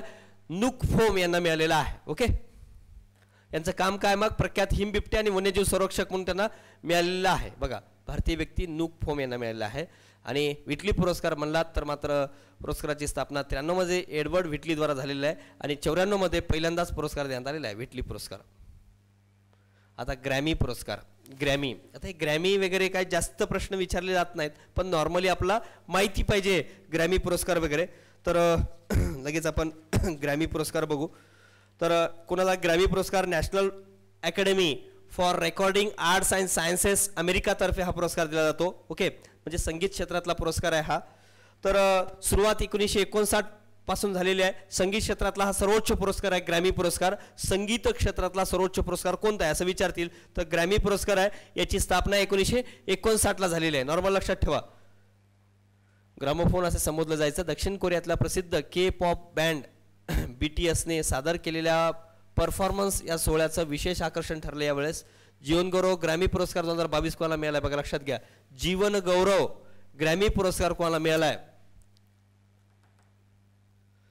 विजेते कोण आहेत? बोनी लिन राईट यांना मिळालाय. यावेळेस जीवन गौरव ग्रॅमी पुरस्कार कोणाला मिळालेला आहे? तर बोनी लिन राईट यांना मिळालेला आहे. व आता बोनी यांना मात्र बोनी राईट हे 10 वेळा ग्रॅमी पुरस्कार विजेता आणि rock and hall of fame induct आहेत. ते कोण? बोनी राईट. बोनी राईटचं काय लक्षात ठेवाल? बोनी राईट हे जीवन गौरव ग्रॅमी पुरस्कार 2022 कोणाला मिळाला असं विचारतील. आणि 64व्या ग्रॅमी म्हणजे 2022 मधला 64व्या ग्रॅमी पुरस्कारातलं भारतीय विजेते कोण आहेत रे? तर रॉकी केज आहेत. यांना कायसाठी मिळालाय? सर्वोत्कृष्ट न्यू एज अल्बम साठी श्रेणीमध्ये ग्रॅमी पुरस्कार मिळालेला आहे. कोणाला? रॉकी केज यांना. आणि डिवाइस टाइड्स या अल्बमसाठी हा पुरस्कार मिळाला आहे. कोणाला? डिवाइड्स टाइड्स रॉकी केज यांना. ओके, रॉकी केजनं दुसऱ्यांदा हा पुरस्कार जिंकलेला आहे. 2015 मध्ये बेस्ट न्यू एज अल्बम या श्रेणीमध्येच त्यांना मिळाला होता. ओके, तर भारतीय व्यक्तीला कोणाला मिळाला रे? तर फाल्गुनी शहा एक आहेत आणि रॉकी केज यांना एक आहे. ते भारतीय वंशाच्या अमेरिकन गायिका आहेत फाल्गुनी शहा. ओके, फाल्गुनी शहा आणि रॉकी केज या दोघांना काय मिळालं रे? ग्रॅमी पुरस्कार मिळालेला आहे. 64व्या ग्रॅमी पुरस्काराबद्दल थोडंफार बघायचं असेल तर बघू शकता. रेकॉर्डिंग ऑफ द इयर कोणाला मिळाला? लिव्ह द डोर ओपन यांना मिळाला आहे. आणि song of the year leave the door open यालाच मिळालेला आहे. Album of the year we are याला मिळालेला आहे. Best new artist Olivia Rodrigo याला मिळालेला आहे. फक्त नॉर्मल हे पहिले 2-3 लक्षात ठेवलं तरी 4 लक्षात ठेवलं तरी चालतंय. Best rap album call me if you get lost. Okay, आणि बेस्ट रॅप सॉन्ग जेल याला आहे. आणि बेस्ट कंट्री सॉन्ग कोल्ड हे आहे. ओके, विचारू शकता 64वा ग्रॅमी पुरस्कार वगैरे. पुलित्झर पुरस्कार. तर पुलित्झर पुरस्कार आपल्याला 1917 पासून कोलंबिया विद्यापीठातर्फे दिला जातो. 1917 पासून. मी का स्पीड घेतोय? कारण इथं जास्त प्रश्न कधी विचारलेच जात नाहीत. वृत्तपत्र क्षेत्राबरोबरच साहित्य म्हणजे वृत्तपत्र क्षेत्रातला जास्त मानला तर पुलित्झर पुरस्कार वगैरे. ओके, हा पुरस्कार फक्त अमेरिकन व्यक्तींनाच दिला जातो. ओके, आणि इथं पुलित्झर पुरस्कार 2022 मधलं भारतीय पत्रकार जर म्हणलात दानिश सिद्दीकी बघा रॉयटर्सच्या दानिश सिद्दीकीला मरणोत्तर पुरस्कार देण्यात आलाय हा. आणि तालिबान आणि अफगाण सैन्य यांच्यामधल्या संघर्ष दरम्यान तो मारला गेलाय. कोण? दानिश सिद्दीकी. ओके, त्यांना पुलित्झर पुरस्कार मिळालाय. आणि अदमान अबिदी आणि सना इर्शाद मट्टू आणि अमित दवे यांना भारतीय कोविड टोलच्या प्रतिमासाठी सन्मानित करण्यात आलेला आहे. नॉर्मल लक्षात ठेवा, पुलित्झर पुरस्कार कोणाला मिळालाय? भारतीय व्यक्ती जर म्हणलात तर अदनान आबिदी, दानिश सिद्दीकी यांना मिळालेला आहे. Okay, that's it. हां, द पत्रकारिता श्रेणीमध्ये म्हणला तर ब्रेकिंग न्यूजसाठी मियामी होरॉल्डचे कर्मचारी फ्लोरिडातील बीच फ्रंट अपार्टमेंट टावर्स कोसळल्यानं कव्हरेज दिले, त्यामुळं ब्रेकिंग न्यूजला त्या मिळालेला आहे. आणि काय रे कन्व्हेस्टिगेटिव्ह रिपोर्टिंगसाठी रेबेका विलिंग्डनची Corey G and Tampa Bay टाइम्सने जॉन्सन आणि एली मरे यांना मिळालेला आहे. आणि आंतरराष्ट्रीय वार्ताकार न्यूयॉर्क टाइम्सने कर्मचाऱ्यांना मिळालेला आहे. लक्षात ठेवू शकता. नाटक वगैरे एवढी काही गरज नाही. हां, आता व्हेरी इम्पॉर्टंट आंतरराष्ट्रीय बुकर पुरस्कार थोडंसं हळूवार घेतो बघा, लक्षात घ्या, हे महत्त्वाचं आहे. मी जिथं आता बघा पुलित्झर पुरस्काराला जेवढं महत्त्व दिलंय का रे मी नाही, मात्र यांना का महत्त्व देतोय तर पुलित्झर पुरस्कार आंतरराष्ट्रीय बुकर पुरस्कार खूप महत्त्वाचा आहे. हा पुरस्कार इंग्रजीत भाषांतरित व ब्रिटनमध्ये प्रकाशित एका पुस्तकाला दिला जातो. काय कुठला पाहिजे? हा पुरस्कार इंग्रजीत भाषांतरित पाहिजे आणि ब्रिटनमध्ये प्रकाशित झालेला पाहिजे, त्यांना आंतरराष्ट्रीय बुकर पुरस्कार दिला जातो. आंतरराष्ट्रीय बुकर पुरस्कार विजेती कोण आहेत रे? आंतरराष्ट्रीय बुकर पुरस्कार भारताचे आहेत, म्हणून यांच्यावर प्रश्न आलेला आहे बघा. आता परवा प्रश्न विचारलाय, अजूनही विचारू शकतो. गीतांजली श्री यांना मिळालाय, भारताचे आहेत. गीतांजली श्री यांना आंतरराष्ट्रीय बुकर पुरस्कार 2022 कोणाला मिळालाय तर गीतांजली श्री यांना मिळालेला आहे. रेत की समाधी हे त्यांचं पुस्तक आहे. रेत की समाधी हे पुस्तक आहे, पण त्यांचा अनुवाद काय केलाय रे? Tomb of Sand. काय? Tomb of Sand. ओके, असा अनुवाद केलेला आहे. कादंबरी टॉम्ब ऑफ सॅड यासाठी त्यांना हे पुरस्कार मिळालेला आहे. 13वा पुरस्कार आहे. कुणाला मिळालाय? गीतांजली श्री यांना मिळालाय. हे महत्वाचे आहेत. आणि अनुवादक कोण आहे? Daisy Rockwell. बघा, मूळ कादंबरी कोणाची आहे? गीतांजली श्री यांची आहे. रेत की समाधी ही त्यांची कादंबरी आहे, पण त्याचा अनुवाद कोण केले? Daisy Rockwell. ओके, तर डेझी रॉकवेल अनुवादक अमेरिकेचे आहेत. त्यांनी काय केले? टॉम्ब ऑफ सॅड असा अनुवाद केलेला आहे. इंग्रजी साहित्यासाठी मिळते म्हणून. मग काय डेझी रॉकवेल म्हणजे भारतातल्या गीतांजली श्री यांच्या कादंबरीला काय हे पुरस्कार आंतरराष्ट्रीय बुकर पुरस्कार मिळालेला आहे. हा पुरस्कार जिंकणारे हे पहिले हिंदी भाषेतील पुस्तक आहे, म्हणजे कोणत्याही भारतीय भाषेमधलं पहिलंच पुरस्कार आहे. आंतरराष्ट्रीय बुकर पुरस्कार हे पहिलंच आहे, त्यातल्या हिंदीमध्ये लक्षात ठेवा.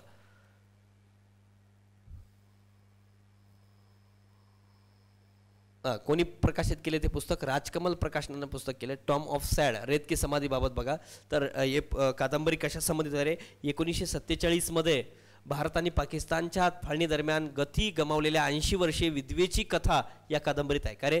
1947च्या दरम्यान गती गमावलेल्या 80 वर्षीय काय एका विधवेची कथा या कादंबरीमध्ये आहे, हे लक्षात घ्या. ओके,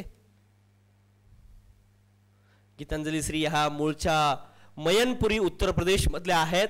गीतांजली श्री यांनी 3 कादंबऱ्या आणि अनेक कथासंग्रह लिहिलेले आहेत. त्यांच्या साहित्याचं इंग्रजी, फ्रेंच, जर्मनी, सर्बियन आणि कोरियन भाषांमध्ये अनुवाद झालेले आहेत. रेत की समाधी या पुस्तकाचे अनुवाद करणाऱ्या डेझी रॉकवेल या चित्रकार आणि लेखिका वगैरे आहेत. ओके, आंतरराष्ट्रीय बुकर पुरस्कार म्हणला तर मॅन ग्रुप तर्फे दिला जातो पुरस्कार. 2004 ला स्थापन झालेल्या आणि 2005 पासून या पुरस्कारात काय देण्यास सुरुवात झालेली आहे. कोणत्याही भाषेतलं सर्वोत्तम पुस्तक व त्याचा इंग्रजी अनुवादित पुस्तकाला हा सन्मान देण्यात येतो. ओके, पुरस्काराची रक्कम लेखक, अनुवादक यांना विभागून दिली जाते. ओके, विभागून दिलं जाते. तर 2019 पूर्वी पुरस्काराचं नाव मॅन बुकर इंटरनॅशनल अवॉर्ड असं होतं. पूर्वी हा पुरस्कार दर 2 वर्षांनी देण्यात येत होता, मात्र 2015 पासून प्रत्येक वर्षी देण्यात येतो. पूर्वी हा पुरस्कार फक्त राष्ट्रकुल देशाच्या आयरिश व दक्षिण आफ्रिकेच्या नागरिकांनी लिहिलेल्या अनुवादित इंग्रजी पुस्तकासाठी दिला जात होता.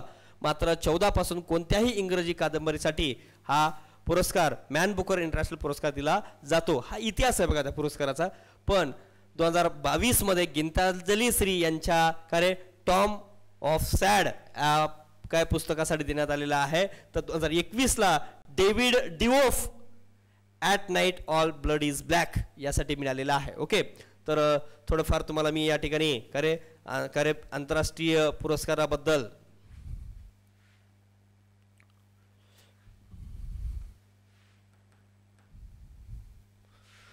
बघा. Man Booker international man Booker आंतरराष्ट्रीय बुकर पुरस्कार किंवा मॅन बुकर इंटरनॅशनल आंतरराष्ट्रीय बुकर पुरस्कार म्हणा, आंतरराष्ट्रीय बुकर पुरस्कार.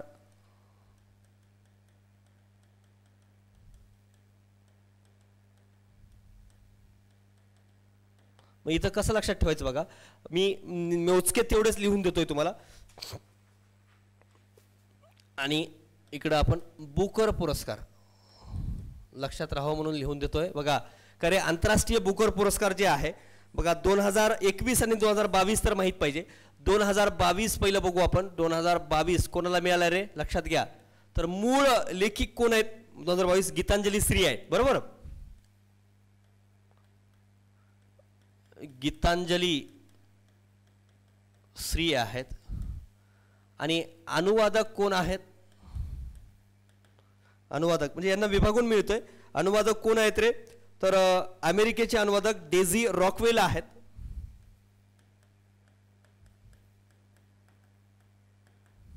मग यांनी अनुवाद काय केलाय बघा, तर अनुवाद केलाय टॉम ऑफ सँड.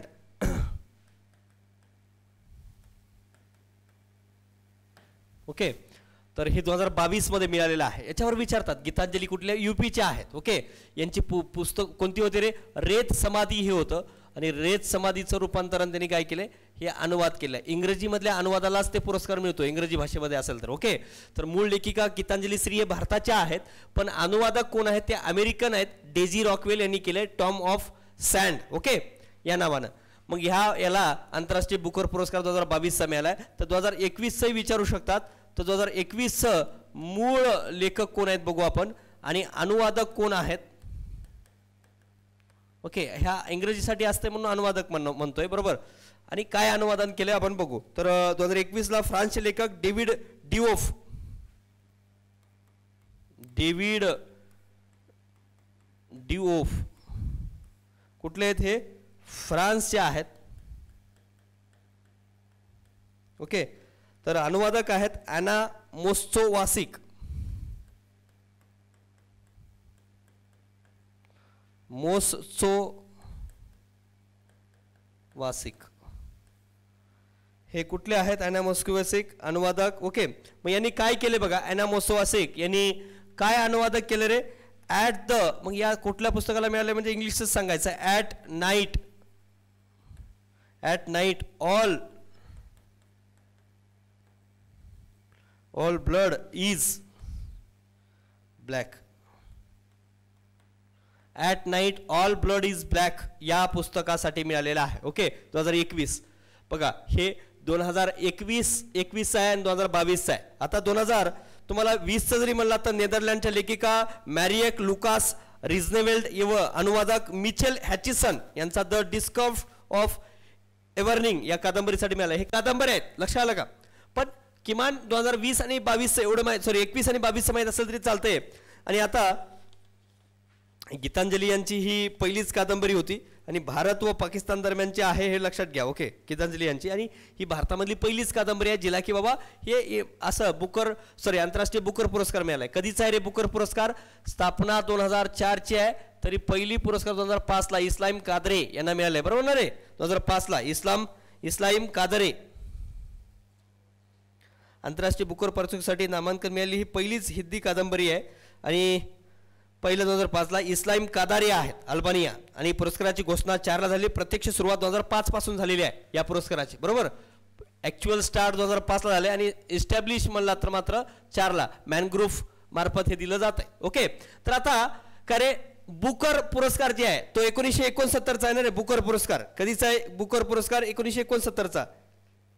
तर बघा, गीतांजली श्री यांच्या कादंबऱ्यावर प्रश्न विचारू शकतात. गीतांजली श्री यांच्या कोणकोणत्या कादंबऱ्या आहेत इथे लिहून घ्या वाटलं तर. माई, त्यानंतर कोणत्या आहेत रे? माई असेल, त्यानंतर हमारा शहर, उस बरस, तिरोहित, खाली जगह, रेत समाधी, खाली जगह.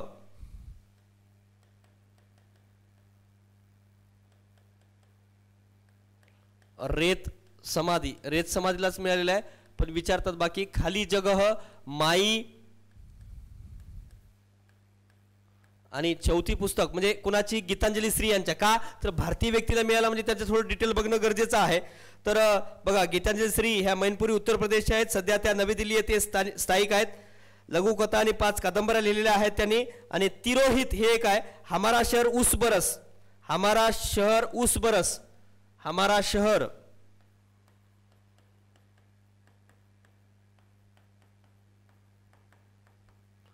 आणि तिरोहित ही कादंबरी आहे. ओके, अशी 5 कादंबऱ्या आहेत. माई, खाली जगह, रेत समाधी, हमारा शहर उस बरस, तिरोहित अशा गीतांजली श्री यांच्या कादंबऱ्या आहेत. मग त्यांच्यावर विचारतात मित्रांनो. ओके, तर ती कुठल्या आहेत रे? यूपीच्या आहेत. त्यांच्यावर विचारतील. एक प्रसिद्ध भारतीय कादंबरी आणि लघुकथाकार आहेत. आंतरराष्ट्रीय बुकर पुरस्कार मिळवणाऱ्या त्या पहिल्या भारतीय व्यक्ती आहेत. ओके, बेलपत्र ही त्यांचं एक कथासंग्रह पण आहे बरं का.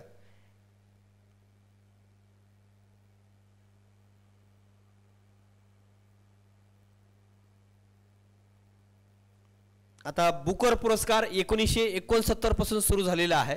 ओके, तर बुकर पुरस्कार आपण बघू. बुकर पुरस्कार कोणाकोणाला मिळालेला आहे तर 2022 आणि 2021 बघू आपण. 2022 मध्ये पहिलं बघू. 2022 मध्ये भारतीयाचा मिळाला तर ते डीप मध्ये जायचं बरं का. ह्या कुठल्या आहेत? यूपीच्या आहेत. ओके, त्यांच्या ह्या कादंबऱ्या आहेत, 5 कादंबऱ्या. माई, खाली जगह, रेत समाधी, हमारा शहर उस बरस आणि तिरोहित हे माहित पाहिजे. ओके, 2022 मध्ये बुकर पुरस्कार कोणाला मिळाला? शेहान करुणा तिलक. नाव तिलक म्हणलं की लक्षात येते श्रीलंकेचं आहे, बरोबर ना रे?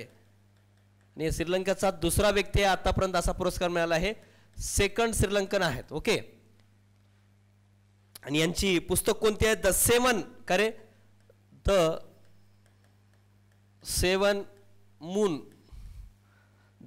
Moon of Maali Almeida.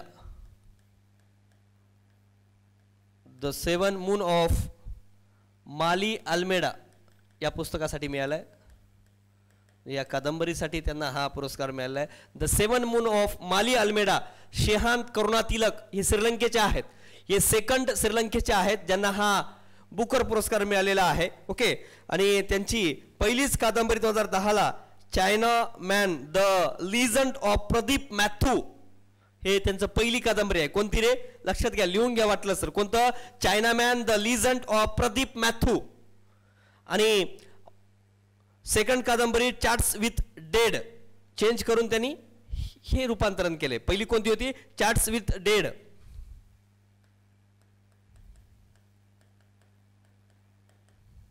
या कादंबरीत चेंजेस करूनच त्यांनी हे नाव प्राप्त केले. ओके, तर सेकंड श्रीलंकन व्यक्ती आहेत त्यांना मिळणार. त्यानंतर 2021 मध्ये कोणाला मिळाला बघू आपण बुकर पुरस्कार. केवळ बुकर बरं का, आंतरराष्ट्रीय बुकर वेगळा. Damon Douglas.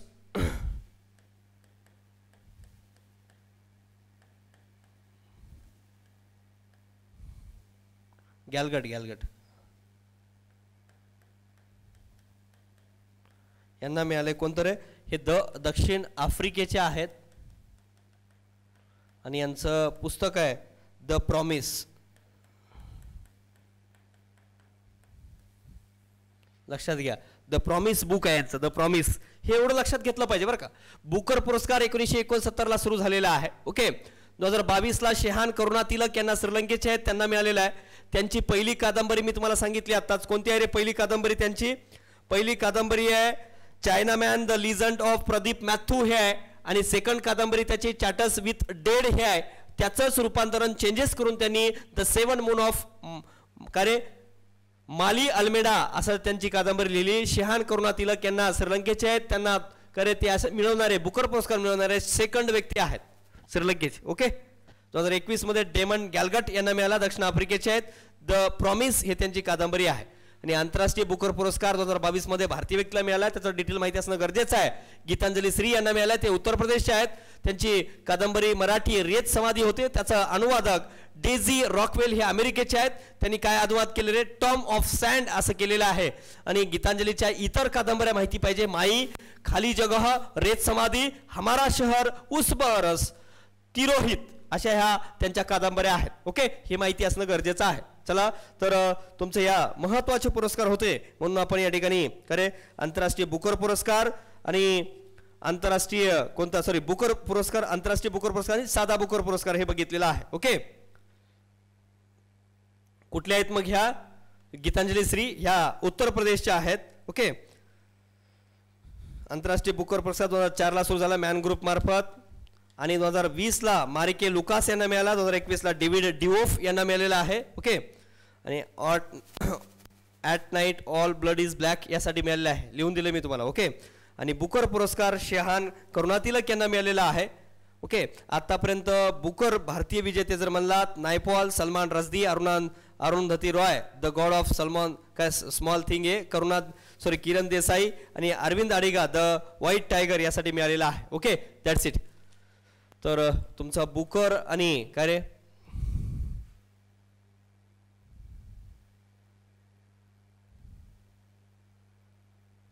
तर हे आपण बघितलेलं आहे. बुकर पुरस्कारही या ठिकाणी बघितला आहे. बुकर पुरस्कार कोणाला मिळाला रे? शेहान करुणातिलक यांना श्रीलंकेचे आहेत, त्यांना मिळाला आहे. त्यांच्या कादंबरीचं प्रकाशन सॉर्ट ऑफ बुक्स यांनी केलं आहे.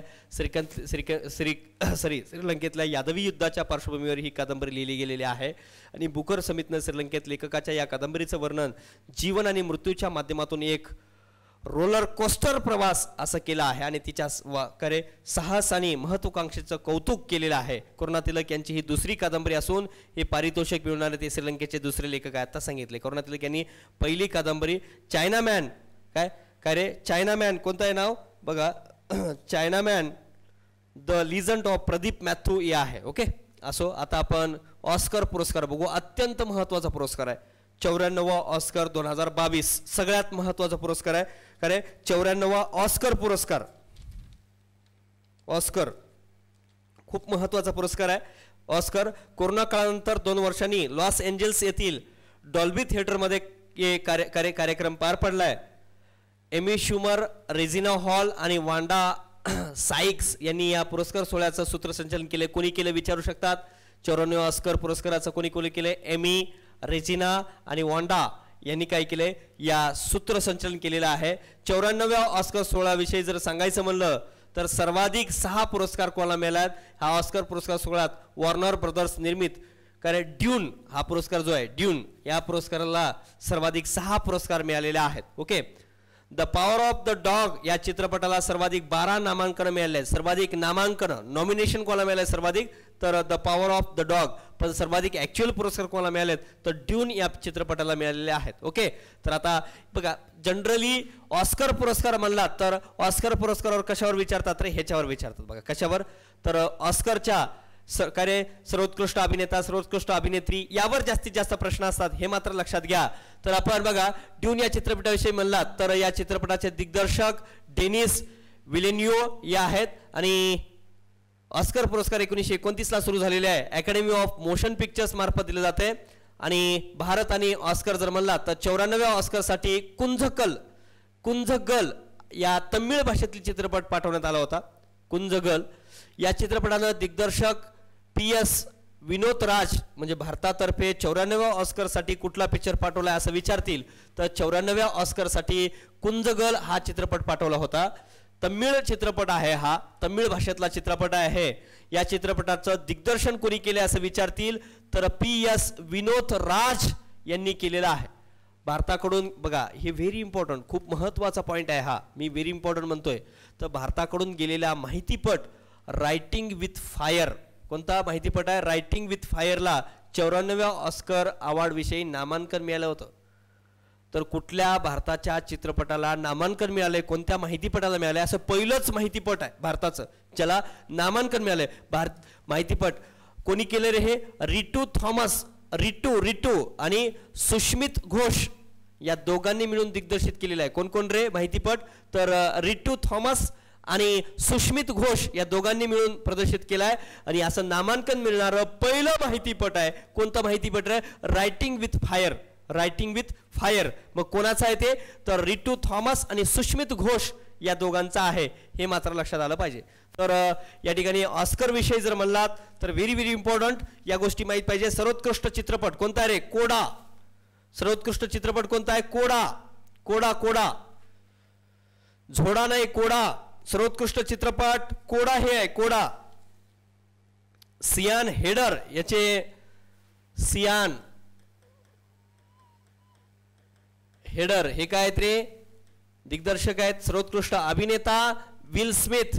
कोण, कालच सांगितलं तुम्हाला, सर्वोत्कृष्ट अभिनेता विल स्मिथ. स्मिथ कळलं का बाबा. किंग रिचर्ड या चित्रपटासाठी विल स्मिथ यांना सर्वोत्कृष्ट अभिनेता. बघा तुम्हाला ऑस्कर म्हणलं ना पोरं, लक्षात घ्यायचं, सर्वोत्कृष्ट चित्रपट माहीतच पाहिजे, अभिनेता माहीत पाहिजे, अभिनेत्री माहीत पाहिजे आणि दिग्दर्शक, हे 4 तर माहीतच पाहिजे. आणि सहाय्यक अभिनेता सहाय्यक अभिनेत्री माहीतच पाहिजे. ओके, तर बघा आता काय रे, अभिनेत्री कोण आहे रे, जेसिका चेस्टेन. कोण आहे रे, चेस्टेन, जेसिका चेस्टेन आहे.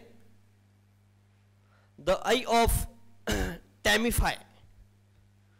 आणि सर्वोत्कृष्ट दिग्दर्शक जेन कॅम्पियन आहे, the power of the dog याचे आहेत. बघा लक्षात घ्या, सर्वोत्कृष्ट चित्रपट कोडाय, सियान हेडर हे दिग्दर्शित.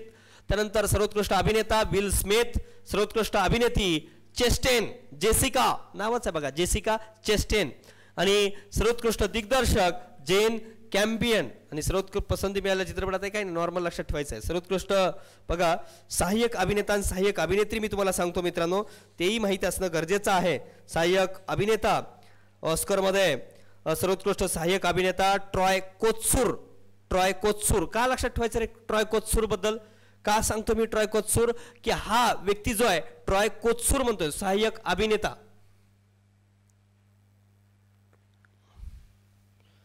मी पहिले इथं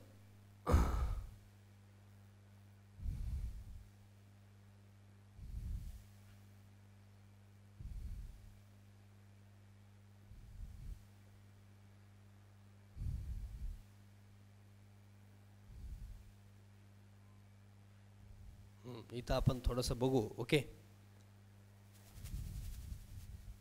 बघा ऑस्कर बद्दल आपल्याला बघायचं आहे. जनरली 94 ऑस्कर मी थोडंसं लिहून का देतो रे, ज्या ठिकाणी मला गरज वाटते तिथे लिहून देतोय. बघा आता इथं सर्वोत्कृष्ट लिहित बसत नाही मी. चित्रपट काय काय बघणं गरजेचं आहे, चित्रपट. त्यानंतर जी गरजेचं आहे ते सर्वोत्कृष्ट अभिनेता, अभिनेत्री, दिग्दर्शक. ओके, आता इथं कोण आहे रे, जेसिका चेस्टेन हे आहेत आणि विल स्मिथ आहे. चित्रपट कोडा आहे. ओके, आणि दिग्दर्शक कोण आहेत रे, कॅस्पियन. बरोबर ना, दिग्दर्शक कोण आहे, कॅस्पियन, जेन कॅस्पियन.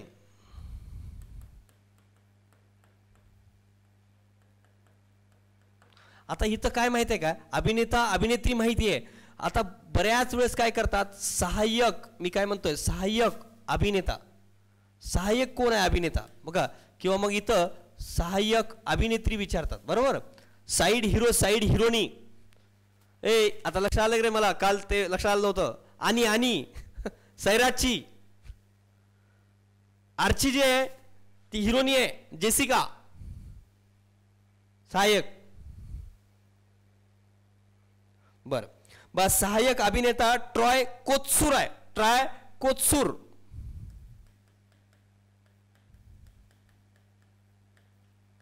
हे माहितच पाहिजेत बरं का. आणि सहाय्यक अभिनेत्री, सहाय्यक अभिनेता आणि सहाय्यक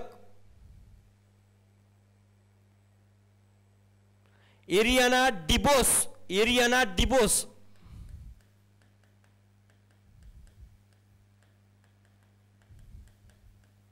मिनिमम एवढ्या गोष्टी माहित पाहिजे बघा. काय रे, 94 ऑस्कर बघा लक्षात घ्या. सर्वोत्कृष्ट चित्रपट कोडा, अभिनेता विल स्मिथ, अभिनेत्री जेसिका चेस्टेन, दिग्दर्शक जेन कॅस्पियन आणि सहाय्यक अभिनेता ट्रॉय कोत्सूर. आता सहाय्यक अभिनेता ट्रॉय कोत्सूर वर का भर देतो रे, कारण लक्षात घ्या की ट्रॉय कोत्सूर काय रे, ऑस्कर पुरस्कार जिंकणारा तो दुसरा कर्णबधीर अभिनेता ठरलाय.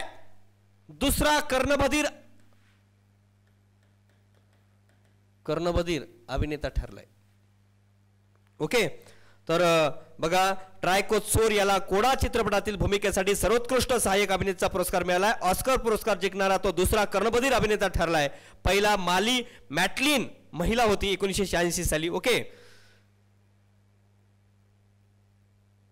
रायटिंग विथ फायर जे माहितीपट आहे भारताचं, त्यासाठी भारताला ऑस्करचं नामांकन मिळालं आहे. पहिलाच भारतीय माहितीपट कोणता रे? Writing with fire. Writing with fire हे लक्षात ठेवा बरं का. Writing with fire. Writing with fire. Fire या माहितीपटाला पहिल्यांदाच काय रे? हे माहितीपट कोणता आहे? Writing with fire. याला माहितीपटाला काय मिळालंय? ऑस्करचं नामांकन मिळालंय. कोण आहेत? रिटू थॉमस आणि सुष्मिता घोष. रिटू कोण रे? रिटू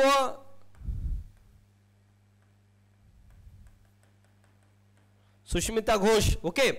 रायटिंग विथ फायर हे एवढ्या गोष्टी लक्षात आल्या पाहिजे 94 ऑस्कर बद्दल.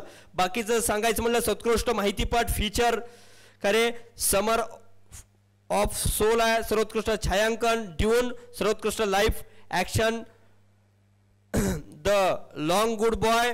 सर्वोत्कृष्ट प्रोडक्शन डिझाईन ड्यूनलाच आहे. सर्वोत्कृष्ट ध्वनिमुद्रण ड्यूनलाच आहे. सर्वोत्कृष्ट दृश्य परिणाम ड्यूनलाच आहे. सर्वोत्कृष्ट चित्रपट संपादन ड्यूनलाच आहे. ओके. आणि सर्वोत्कृष्ट वेशभूषा क्रुएला याला आहे. ओके. आणि सर्वोत्कृष्ट आंतरराष्ट्रीय चित्रपट ड्राईव्ह आहे. ड्राईव्ह माय कार. सर्वोत्कृष्ट आंतरराष्ट्रीय चित्रपट जो कोणता आहे? सर्वोत्कृष्ट परकीय भाषा चित्रपट ज्याला म्हणतो आपण. सर्वोत्कृष्ट परकीय भाषा चित्रपट ड्राईव्ह माय कार. सर्वोत्कृष्ट परकीय भाषा चित्रपट काय? ड्राईव्ह माय कार याला मिळालेला आहे. ओके. एवढं लक्षात ठेवला तरी 94 ऑस्कर एवढ्या गोष्टी लक्षात ठेवू शकता. तर 93 ऑस्कर मधलं सांगायचं तर सांगतो 21 मधलं सर्वोत्कृष्ट चित्रपट नोमॅडलँड आहे. सर्वोत्कृष्ट दिग्दर्शक 2021 मधलं म्हणतोय क्लाई झाओ. सर्वोत्कृष्ट अभिनेता अँथनी हॉपकिन्स. सर्वोत्कृष्ट अभिनेत्री फ्रान्सिस मॅकडॉर्मंड. आणि सर्वोत्कृष्ट परकीय भाषा चित्रपट म्हणला तर अंडर राऊंड. जसं ड्राईव्ह माय कार आहे तर अंडर राऊंड हे 2021 मध्ये परकीय भाषा चित्रपट होतं. That's it. हे तुम्हाला काय रे ऑस्करच्या बाबतीत एवढं माहिती असणं गरजेचं आहे. 1929ला ऑस्कर पुरस्कार सुरू झालेला आहे. ड्यून या अमेरिकन चित्रपटाला सर्वाधिक 6 श्रेणीमध्ये पुरस्कार मिळालेला आहे आणि सर्वाधिक 11 नामांकनं the power of the dog या चित्रपटाला मिळालेल्या आहेत. ओके. तर एवढ्या गोष्टी या ऑस्कर पुरस्काराविषयी लक्षात ठेवू शकता. आणि ऑस्कर 2023 साठी भारताकडून कुठला पिक्चर गेला रे? छेलो शो चित्रपटासाठी. ही गुजराती पिक्चर आहे. हो छोक छोक छो बरोबर काय रे? चो छो छो यासाठी मिळालाय. आणि 94 ऑस्करसाठी कुंजगल 2022 मध्ये. आणि जर म्हणलात बघा हे काही नाही रे. लाईव्ह ॲक्शन शॉर्ट फिल्म सर्वोत्कृष्ट original screen play build fast काही गरज नाही. मी जेवढे लिहून दिले तेवढेच करा. आतापर्यंत कोणालाही मिळालं नाही. भारता बघा 2023 साठी भारताकडून छेलो शो चित्रपटासाठी मिळालाय. छेलो शो कुठला आहे? गुजराती पिक्चर आहे. नावच बघा ना इथं अक्षर छेलो शो. सब गुजरात का बिकता है भाई. छेलो शो चित्रपटासाठीचा सर्वोच्च सन्मान मानला जाणाऱ्या ऑस्कर पुरस्कारासाठी भारतातर्फे यंदा छेलो शो या गुजराती चित्रपटाची निवड करण्यात आली आहे. आणि खरंच चित्रपट पण चांगला आहे म्हणतात. भारतीय चित्रपट महामंडळानं याबाबत घोषणा केली. बेस्ट इंटरनॅशनल फीचर फिल्म याला मिळालेला आहे. बघा तर या छेलो शो चित्रपटाविषयी लेखन आणि दिग्दर्शक पॅन नलीन यांनी केले. विचारू शकता छेलो शो 2023 साठी ऑस्करला पाठवलेला आहे तर त्याचं दिग्दर्शक माहीत असणं किमान आपली गोष्ट आहे. तर कोण आहेत रे? पॅन नलीन. पॅननं लिहिलं आहे म्हणायचं. पॅन म्हणजे पेन, नलीन. सौराष्ट्राच्या ग्रामीण भागातील एका मुलाचं चित्रपटावरील प्रेम छेलो शो या चित्रपटात दाखवण्यात आलेलं आहे. का रे? सौराष्ट्राच्या ग्रामीण भागातल्या एका मुलाचं चित्रपटावरील प्रेम. आता बघा रे बाबा हे सौराष्ट्रामध्ये एका ग्रामीण भागामध्ये एक पोरगा आहे. त्याचं एका मुलाचं चित्रपटावर किती प्रेम आहे या छेलो शोमध्ये दाखवलेलं आहे. आमचे पिक्चरच बघत बसतात किती दाखव म्हणावते पण बरोबर. तर प्रदर्शित करायला FIO अध्यक्ष वगैरे काही गरज नाही. बाकी काही गरज नाही. ते 94 ऑस्करसाठी कुठलं गेलं मग? तमिळ पिक्चर कुंजगल गेलेला आहे. ओके. कुंजगल गेलेला आहे. SS राजामौली यांनी RRR चित्रपटातील नाटू नाटू हे गाणे सर्वोत्कृष्ट मूळ गाण्याच्या श्रेणीसाठी निवडले आहे. कोणतं? राजमौळी यांनी कुठलं रे आरारा जे पिक्चर आहे आरारा आरारा रारारा काय आहे ती भानगड ते तुम्हाला माहित आहे आरारा आहे का रारारा आहे काय आहे ते. तर नाटू नाटू हे गाणं सर्वोत्कृष्ट मूळ गाण्याचं काय श्रेणीमध्ये निवडले गेलेलं आहे. चॅम्पियन ऑफ द अर्थ कोणाला दिलेलं आहे ते बघू आपण. चॅम्पियन ऑफ द अर्थ 2022 भारतीय वन्यजीव जीवशास्त्रज्ञ डॉक्टर पूर्णिमा देवी बर्मन ज्या आसामच्या आहेत त्यांना चॅम्पियन ऑफ द अर्थ म्हणजे पृथ्वीच्या चॅम्पियन असं म्हणून यांना भारतीय वन्यजीव शास्त्रज्ञ डॉक्टर पूर्णिमा देवी बर्मन यांना मिळालेलं आहे. यांना औद्योगिक दृष्टी श्रेणीतील चॅम्पियन ऑफ द इयर अर्थ 2022 पुरस्कारानं सन्मानित करण्यात आलेला आहे. ओके, तर हा संयुक्त राष्ट्राचा सर्वोच्च पर्यावरण सन्मान आहे. सर्वोच्च पर्यावरणीय सन्मान कोणाला मिळाला आहे मग तो लक्षात ठेवा. फक्त पूर्णिमा देवी बर्मन यांना मिळाला आहे, नॉर्मल लक्षात ठेवा. ओके, हरिगला आर्मी या संघटनेच्या संस्थापक आहेत. कुठल्या हरिगिला आर्मी या संघटनेच्या संस्थापक आहेत आणि त्यांना या कामासाठी नारी शक्ती सन्मान देखील मिळालेला आहे. बघा, देशातला सर्वोच्च नारी शक्ती सन्मान तसेच ग्रीन ऑस्कर मानला जाणारा व्हिटली पुरस्कार अशा अनेक राष्ट्रीय आंतरराष्ट्रीय पुरस्कारांनी गौरवण्यात आलेला आहे. कुणाला? पूर्णिमाजींना. ओके, आता गांधी मंडेला पुरस्कार म्हणजे गांधीजीचे आणि नेल्सन मंडेलाचे विचार जो ठेवतो त्याच्यासाठी त्यालाच हा पुरस्कार दिला जातो. हे पुरस्कार कोणाला मिळाला आहे? तिबेटचे सर्वोच्च धर्मगुरू तिबेटियांचे धर्मगुरू कोण? दलाई लामा यांना गांधी मंडेला पुरस्कार मिळालेला आहे. ओके, गांधी मंडेला फाउंडेशन तर्फे NGO आहे त्याच्यातर्फे दिला जातो. राष्ट्रपिता महात्मा गांधी यांच्या 150व्या जयंतीनिमित्त हा पुरस्कार कार्य सुरुवात करण्यात आलेला आहे. काय असं विशेष नाही, एक आंतरराष्ट्रीय पुरस्कार आहे, नॉर्मली लक्षात ठेवा. हे महत्वाचं आहे. पर्सन ऑफ द इयर कोणाला मिळाला रे? पर्सन ऑफ द इयर या वर्षाचं टाइम या मासिकाचं पर्सन ऑफ द इयर कोणाला मिळाला? पर्सन ऑफ द इयर कोणाला? युक्रेनचे राष्ट्राध्यक्ष झेलेन्स्की यांना मिळालेला आहे. युक्रेनचे राष्ट्राध्यक्ष व्होलोडिमीर झेलेन्स्की यांना टाइम मासिकानं पर्सन ऑफ द इयर पुरस्कारानं सन्मानित केलेला आहे. मासिकानं झेलेन्स्की यांनी 2022-23 साठीच्या वर्षातला सर्वोत्तम व्यक्ती म्हणून निवड केली आहे. बघा, त्या मासिकावर आलं टाइम पर्सन ऑफ द काय टाइम मासिकावर त्यांचं काय कव्हर फोटो आलेला आहे. काय म्हणलंय बघा, द स्पिरिट ऑफ युक्रेन असं आलेलं आहे. ओके, टाइम मासिकानं ताज्या अंकात झेलेन्स्की कव्हर पेजवर स्थान दिलेलं आहे. ओके, आणि 2022चे जर Time person of the year कोण आहेत रे? एलॉन मस्क आहेत. Elon Musk. युनेस्कोचा शांती पुरस्कार सांगितलाय तुम्हाला. युनेस्कोचा शांती पुरस्कार कोणाला मिळाला? अँजेला मर्केल यांना मिळालेला आहे. कशासाठी मिळाला आहे? निर्वासितांचा प्रश्न त्यांनी योग्यरीतीनं हाताळला आहे. ओके, सिरियामधले जे काही निर्वासित आहेत ते योग्यरीतीनं हाताळला आहे म्हणून अँजेला मर्केल यांना काय युनेस्कोचा शांतता पुरस्कार मिळाला आहे. कधीपासून दिला जातो हा? 1989 पासून दिला जातो का? कधीपासून दिला जातो?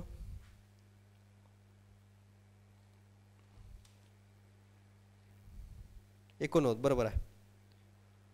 जागतिक ऊर्जा पुरस्कार कोणाला मिळाला बघा? भारतीय वंशाचे प्राध्यापक कौशिक राजशेखर यांना जागतिक ऊर्जा पुरस्कार मिळालेला आहे. नॉर्मल लक्षात ठेवायचं, जागतिक ऊर्जा पुरस्कार कोणाला मिळाला?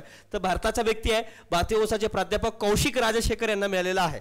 कौशिक राजशेखर यांना मिळाला आहे. सेंटर फॉर इनोव्हेटिव्ह टेक्नॉलॉजीज रशियामधल्या रॉस्टमचे मुख्य तज्ज्ञ आणि थर्मोन्यूक्लिअर फिजिक्समधील प्रणेते व्हिक्टर आर्लो यांनी राजशेखर यांना 2022चं पारितोषिक दिले. म्हणजे फक्त लक्षात ठेवा, जागतिक ऊर्जा पुरस्कार कोणाला मिळाला आहे? तर ते भारतीय वंशाचे प्राध्यापक कौशिक राजशेखर यांना मिळालेला आहे. जागतिक अन्न पुरस्कार सिंथिया रोजेन्स्वेक यांना मिळाला आहे. सिंथिया यांना मिळाला आहे. कुठला? अमेरिकेच्या आहेत. जागतिक अन्न पुरस्कार नॅशनल फूड प्राइज जो आहे तो नासाच्या क्लायमेट इम्पॅक्ट ग्रुपच्या प्रमुख आणि Goddard institute of space studies मधील वरिष्ठ संशोधक शास्त्रज्ञ आहेत. कोण? सिंधिया. ओके, त्यांना या वर्षीचा जागतिक अन्न पुरस्कार मिळालेला आहे. संशोधन त्यांचं काय? अन्न प्रणाली आणि हवामान यांच्यातला संबंध समजण्यास मदत केली. त्यांनी अन्न प्रणाली आणि हवामान यांच्यातला संबंध समजवण्यास ते मदत केलेत म्हणून सिंधिया यांना जागतिक अन्न पुरस्कार मिळालेला आहे. जागतिक अन्न पुरस्काराची सुरुवात 1987 ला झालेली आहे. पुरस्कार देणारी संस्था वर्ल्ड फूड प्राइज फाउंडेशन तर्फे दिला जातो. ओके, आणि वितरण जागतिक अन्न दिना दिवशी दिला जातो 16 ऑक्टोबरला. फक्त लक्षात आलं का 16 ऑक्टोबरला जागतिक अन्न दिन आहे. आणि पहिले पुरस्कार विजेते म्हणलात तर भारतीय हरित क्रांतीचे जनक डॉक्टर MS स्वामीनाथन आहेत. आतापर्यंत 8 भारतीयांना देण्यात आलेला आहे. आबेल पुरस्कार. आबेल पुरस्कार काय रे? आबेल पुरस्कार हा गणित क्षेत्रामध्ये का रे अभूतपूर्व कार्य करणाऱ्यांना काय दिला जातो आबेल पुरस्कार 2022. नॉर्वेजियन गणित तज्ञ निल्स हेरिन आबेक यांच्या स्मरणार्थ हा दिला जातो. नॉर्वेजियन आहेत. 2003 पासून हा आबेल पुरस्कार दिला जातो. डेनिस पार्नेल सुलिवन अमेरिकन गणित तज्ञ 2022चा आबेल पुरस्कार डेनिस पार्नेल सुलिवन यांना दिलेला आहे. फक्त नॉर्मल एवढंच लक्षात ठेवायचं. टोपोलॉजी आणि विशेषतः त्यांच्या बीजगणित आणि भूमिती आणि गतिशील पैलूंसाठी दिलेल्या विस्तृत योगदानासाठी देण्यात आलेला आहे. आणि आता बोल्ट्झमन पुरस्कार 2022 महत्त्वाचा आहे. बोल्ट्झमन पुरस्कार का महत्त्वाचा आहे? कारण याच्या रूपानं पहिल्यांदाच भारतीयाला मिळाला आहे. रूपानं भारताला पहिल्यांदाच हा पुरस्कार मिळाला आहे. कोणता? बोल्ट्झमन पुरस्कार 2022. कोणाला मिळाला रे? दीपक धर यांना मिळाला आहे. डॉक्टर दीपक धर यांना मिळाला. विज्ञानातलं अत्यंत प्रतिष्ठेचं जागतिक स्तरावरलं बोल्ट्झमन पुरस्कार मिळाला आहे. महत्त्वाचा आहे. ओके. का प्रश्न आलाय म्हणून नाही, तर पहिल्यांदाच एखाद्या भारतीय व्यक्तीला मिळाला तर प्रश्न तिथे येतो म्हणजे येतोच. मग जागतिक अन्न पुरस्कार लक्षात ठेवा असं नाही करायचं, लक्षात ठेवलं पाहिजे. पण जिथं भारताला मिळतंय तिथं मात्र विशेष गोष्ट असते. कौशिक यांना जसं मिळालं ऊर्जामध्ये, तर तसं तिथं प्रश्न विचारू शकतात. आणि बघा बोल्ट्झमन पुरस्कार 1975ला सुरू झालेला आहे. International union of pure and applied physics या संस्थेच्या स्टॅटिस्टिकल कमिशनद्वारे दिला जातो. नोबेल पुरस्कार इतकाच प्रतिष्ठेचा हा पुरस्कार दर 3 वर्षांनी घोषित केला जातो. कोणाला दिला जातो रे? सांख्यिकीय भौतिकशास्त्रातल्या भरीव आणि महत्त्वपूर्ण संशोधनासाठी. कोणासाठी? सांख्यिकीय भौतिकशास्त्रातील. ओके. आणि 2022चा पुरस्कार फक्त एकट्याला त्यांना नाही मिळाला, तर दोघांना मिळाला. ते कोणाकोणाला रे? डॉक्टर दीपक धर आणि डॉक्टर जॉन हॉपफिल्ड यांना मिळाला. कोणाकोणाला? जॉन हॉपफिल्ड आणि दीपक धर. मी कालही सांगितले. ओके. अमेरिकेचे प्रिन्स्टन विद्यापीठाचे ते प्रमुख आहेत. ओके. आणि दीपक धर हे IIT कानपूरचे आहेत. भारतात परतल्यावर टाटा मूलभूत विज्ञान संस्था येथे संशोधन सुरुवात केली त्यांनी. डॉक्टर धर सध्या भारतीय विज्ञान संशोधन आणि शिक्षण आणि संशोधन संस्था पुणे आयसर येथे भौतिकशास्त्र विभागात ते प्रतिष्ठित प्राध्यापक म्हणून कार्यरत आहेत. 1991 मध्ये देशातल्या सर्वोच्च वैज्ञानिक पुरस्कार शांती स्वरूप भटनागर पुरस्कार देखील मिळाला आहे. आणि 2002ला द वर्ल्ड 2000 किती झाले बघा ना, 2002 आहे ते. द वर्ल्ड अकॅडमी ऑफ सायन्सचं पारितोषिक देखील मिळालं आहे. काय नॉर्मल लक्षात ठेवा. भटनागर एक पुरस्कार मिळाला आहे आणि धर हे IIT कानपूरचे वगैरे आहेत. That's it. एवढं लक्षात ठेवा. आणि ते पहिले व्यक्ती आहेत की ज्यांना बोल्ट्झमन पुरस्कार मिळालेला आहे भारताचे. ओके. तर अशा प्रकारे आपले आंतरराष्ट्रीय पुरस्कार आपण या ठिकाणी बघितले. पण काही आंतरराष्ट्रीय पुरस्कार अजून राहिलेले आहेत. आंतरराष्ट्रीय बाल शांतता पुरस्कार कोणाला मिळाला रे? बघा आंतरराष्ट्रीय बाल शांतता पुरस्कार जे आहे, तर आंतरराष्ट्रीय बाल शांतता पुरस्कार आंतरराष्ट्रीय बाल शांतता पुरस्कार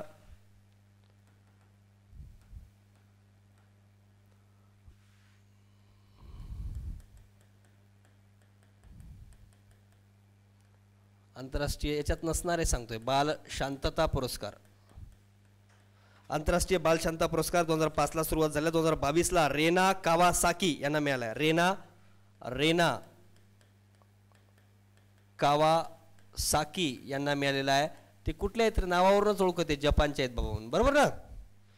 वकील, युवा वकील आहेत. 2021 मध्ये विहान अग्रवाल आणि नवा अग्रवाल जे भारताचे होते दिल्लीमधले. का रे? विहान अग्रवाल आणि नवा अग्रवाल. विहान अग्रवाल 17 वर्षाचे आणि 14 वर्षाचा नवा अग्रवाल या दोघांना मिळालं होतं आंतरराष्ट्रीय बाल शांतता पुरस्कार. ओके. हे 2022चा कोणाला मिळाला?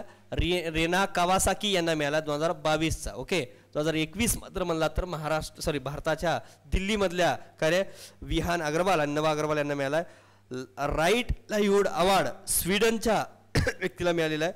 आणि डॉक्टर फ्रँक विल्झेक यांना जगातील सर्वात मोठा जीवनगौरव टेबल 10 पुरस्कार 2022 प्रदान केला आहे. फ्रँक विल्झेक यांना. ओके. आणि कान्स चित्रपट पुरस्कार जर म्हणलात, कान्स चित्रपट पुरस्कार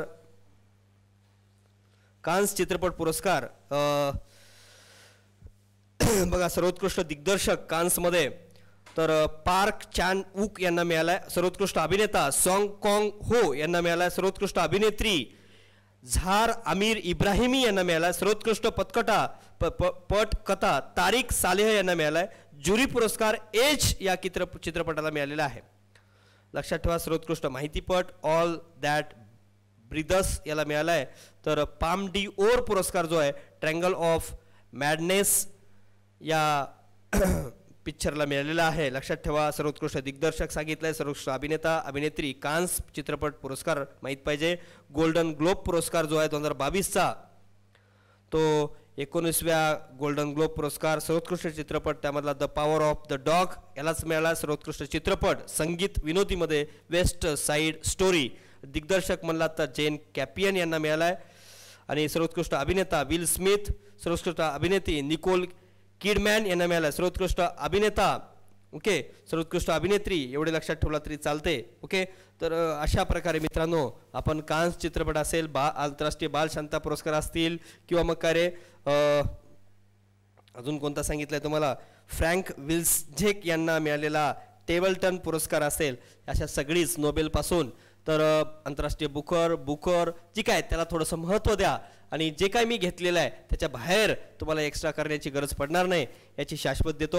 यानंतर आपण आंतरराष्ट्रीय पुरस्कारानंतर मात्र काय रे आपण राष्ट्रीय पुरस्कार बघणार आहोत. राष्ट्रीय आणि राज्य पुरस्कार, राज्य पुरस्कार काय जास्त नसतात, त्यामुळं राष्ट्रीय पुरस्कार आणि राज्य पुरस्कार म्हणजे सेकंड लेक्चरमध्ये मात्र तुमचा पुरस्कार हा टॉपिक झालेला असेल.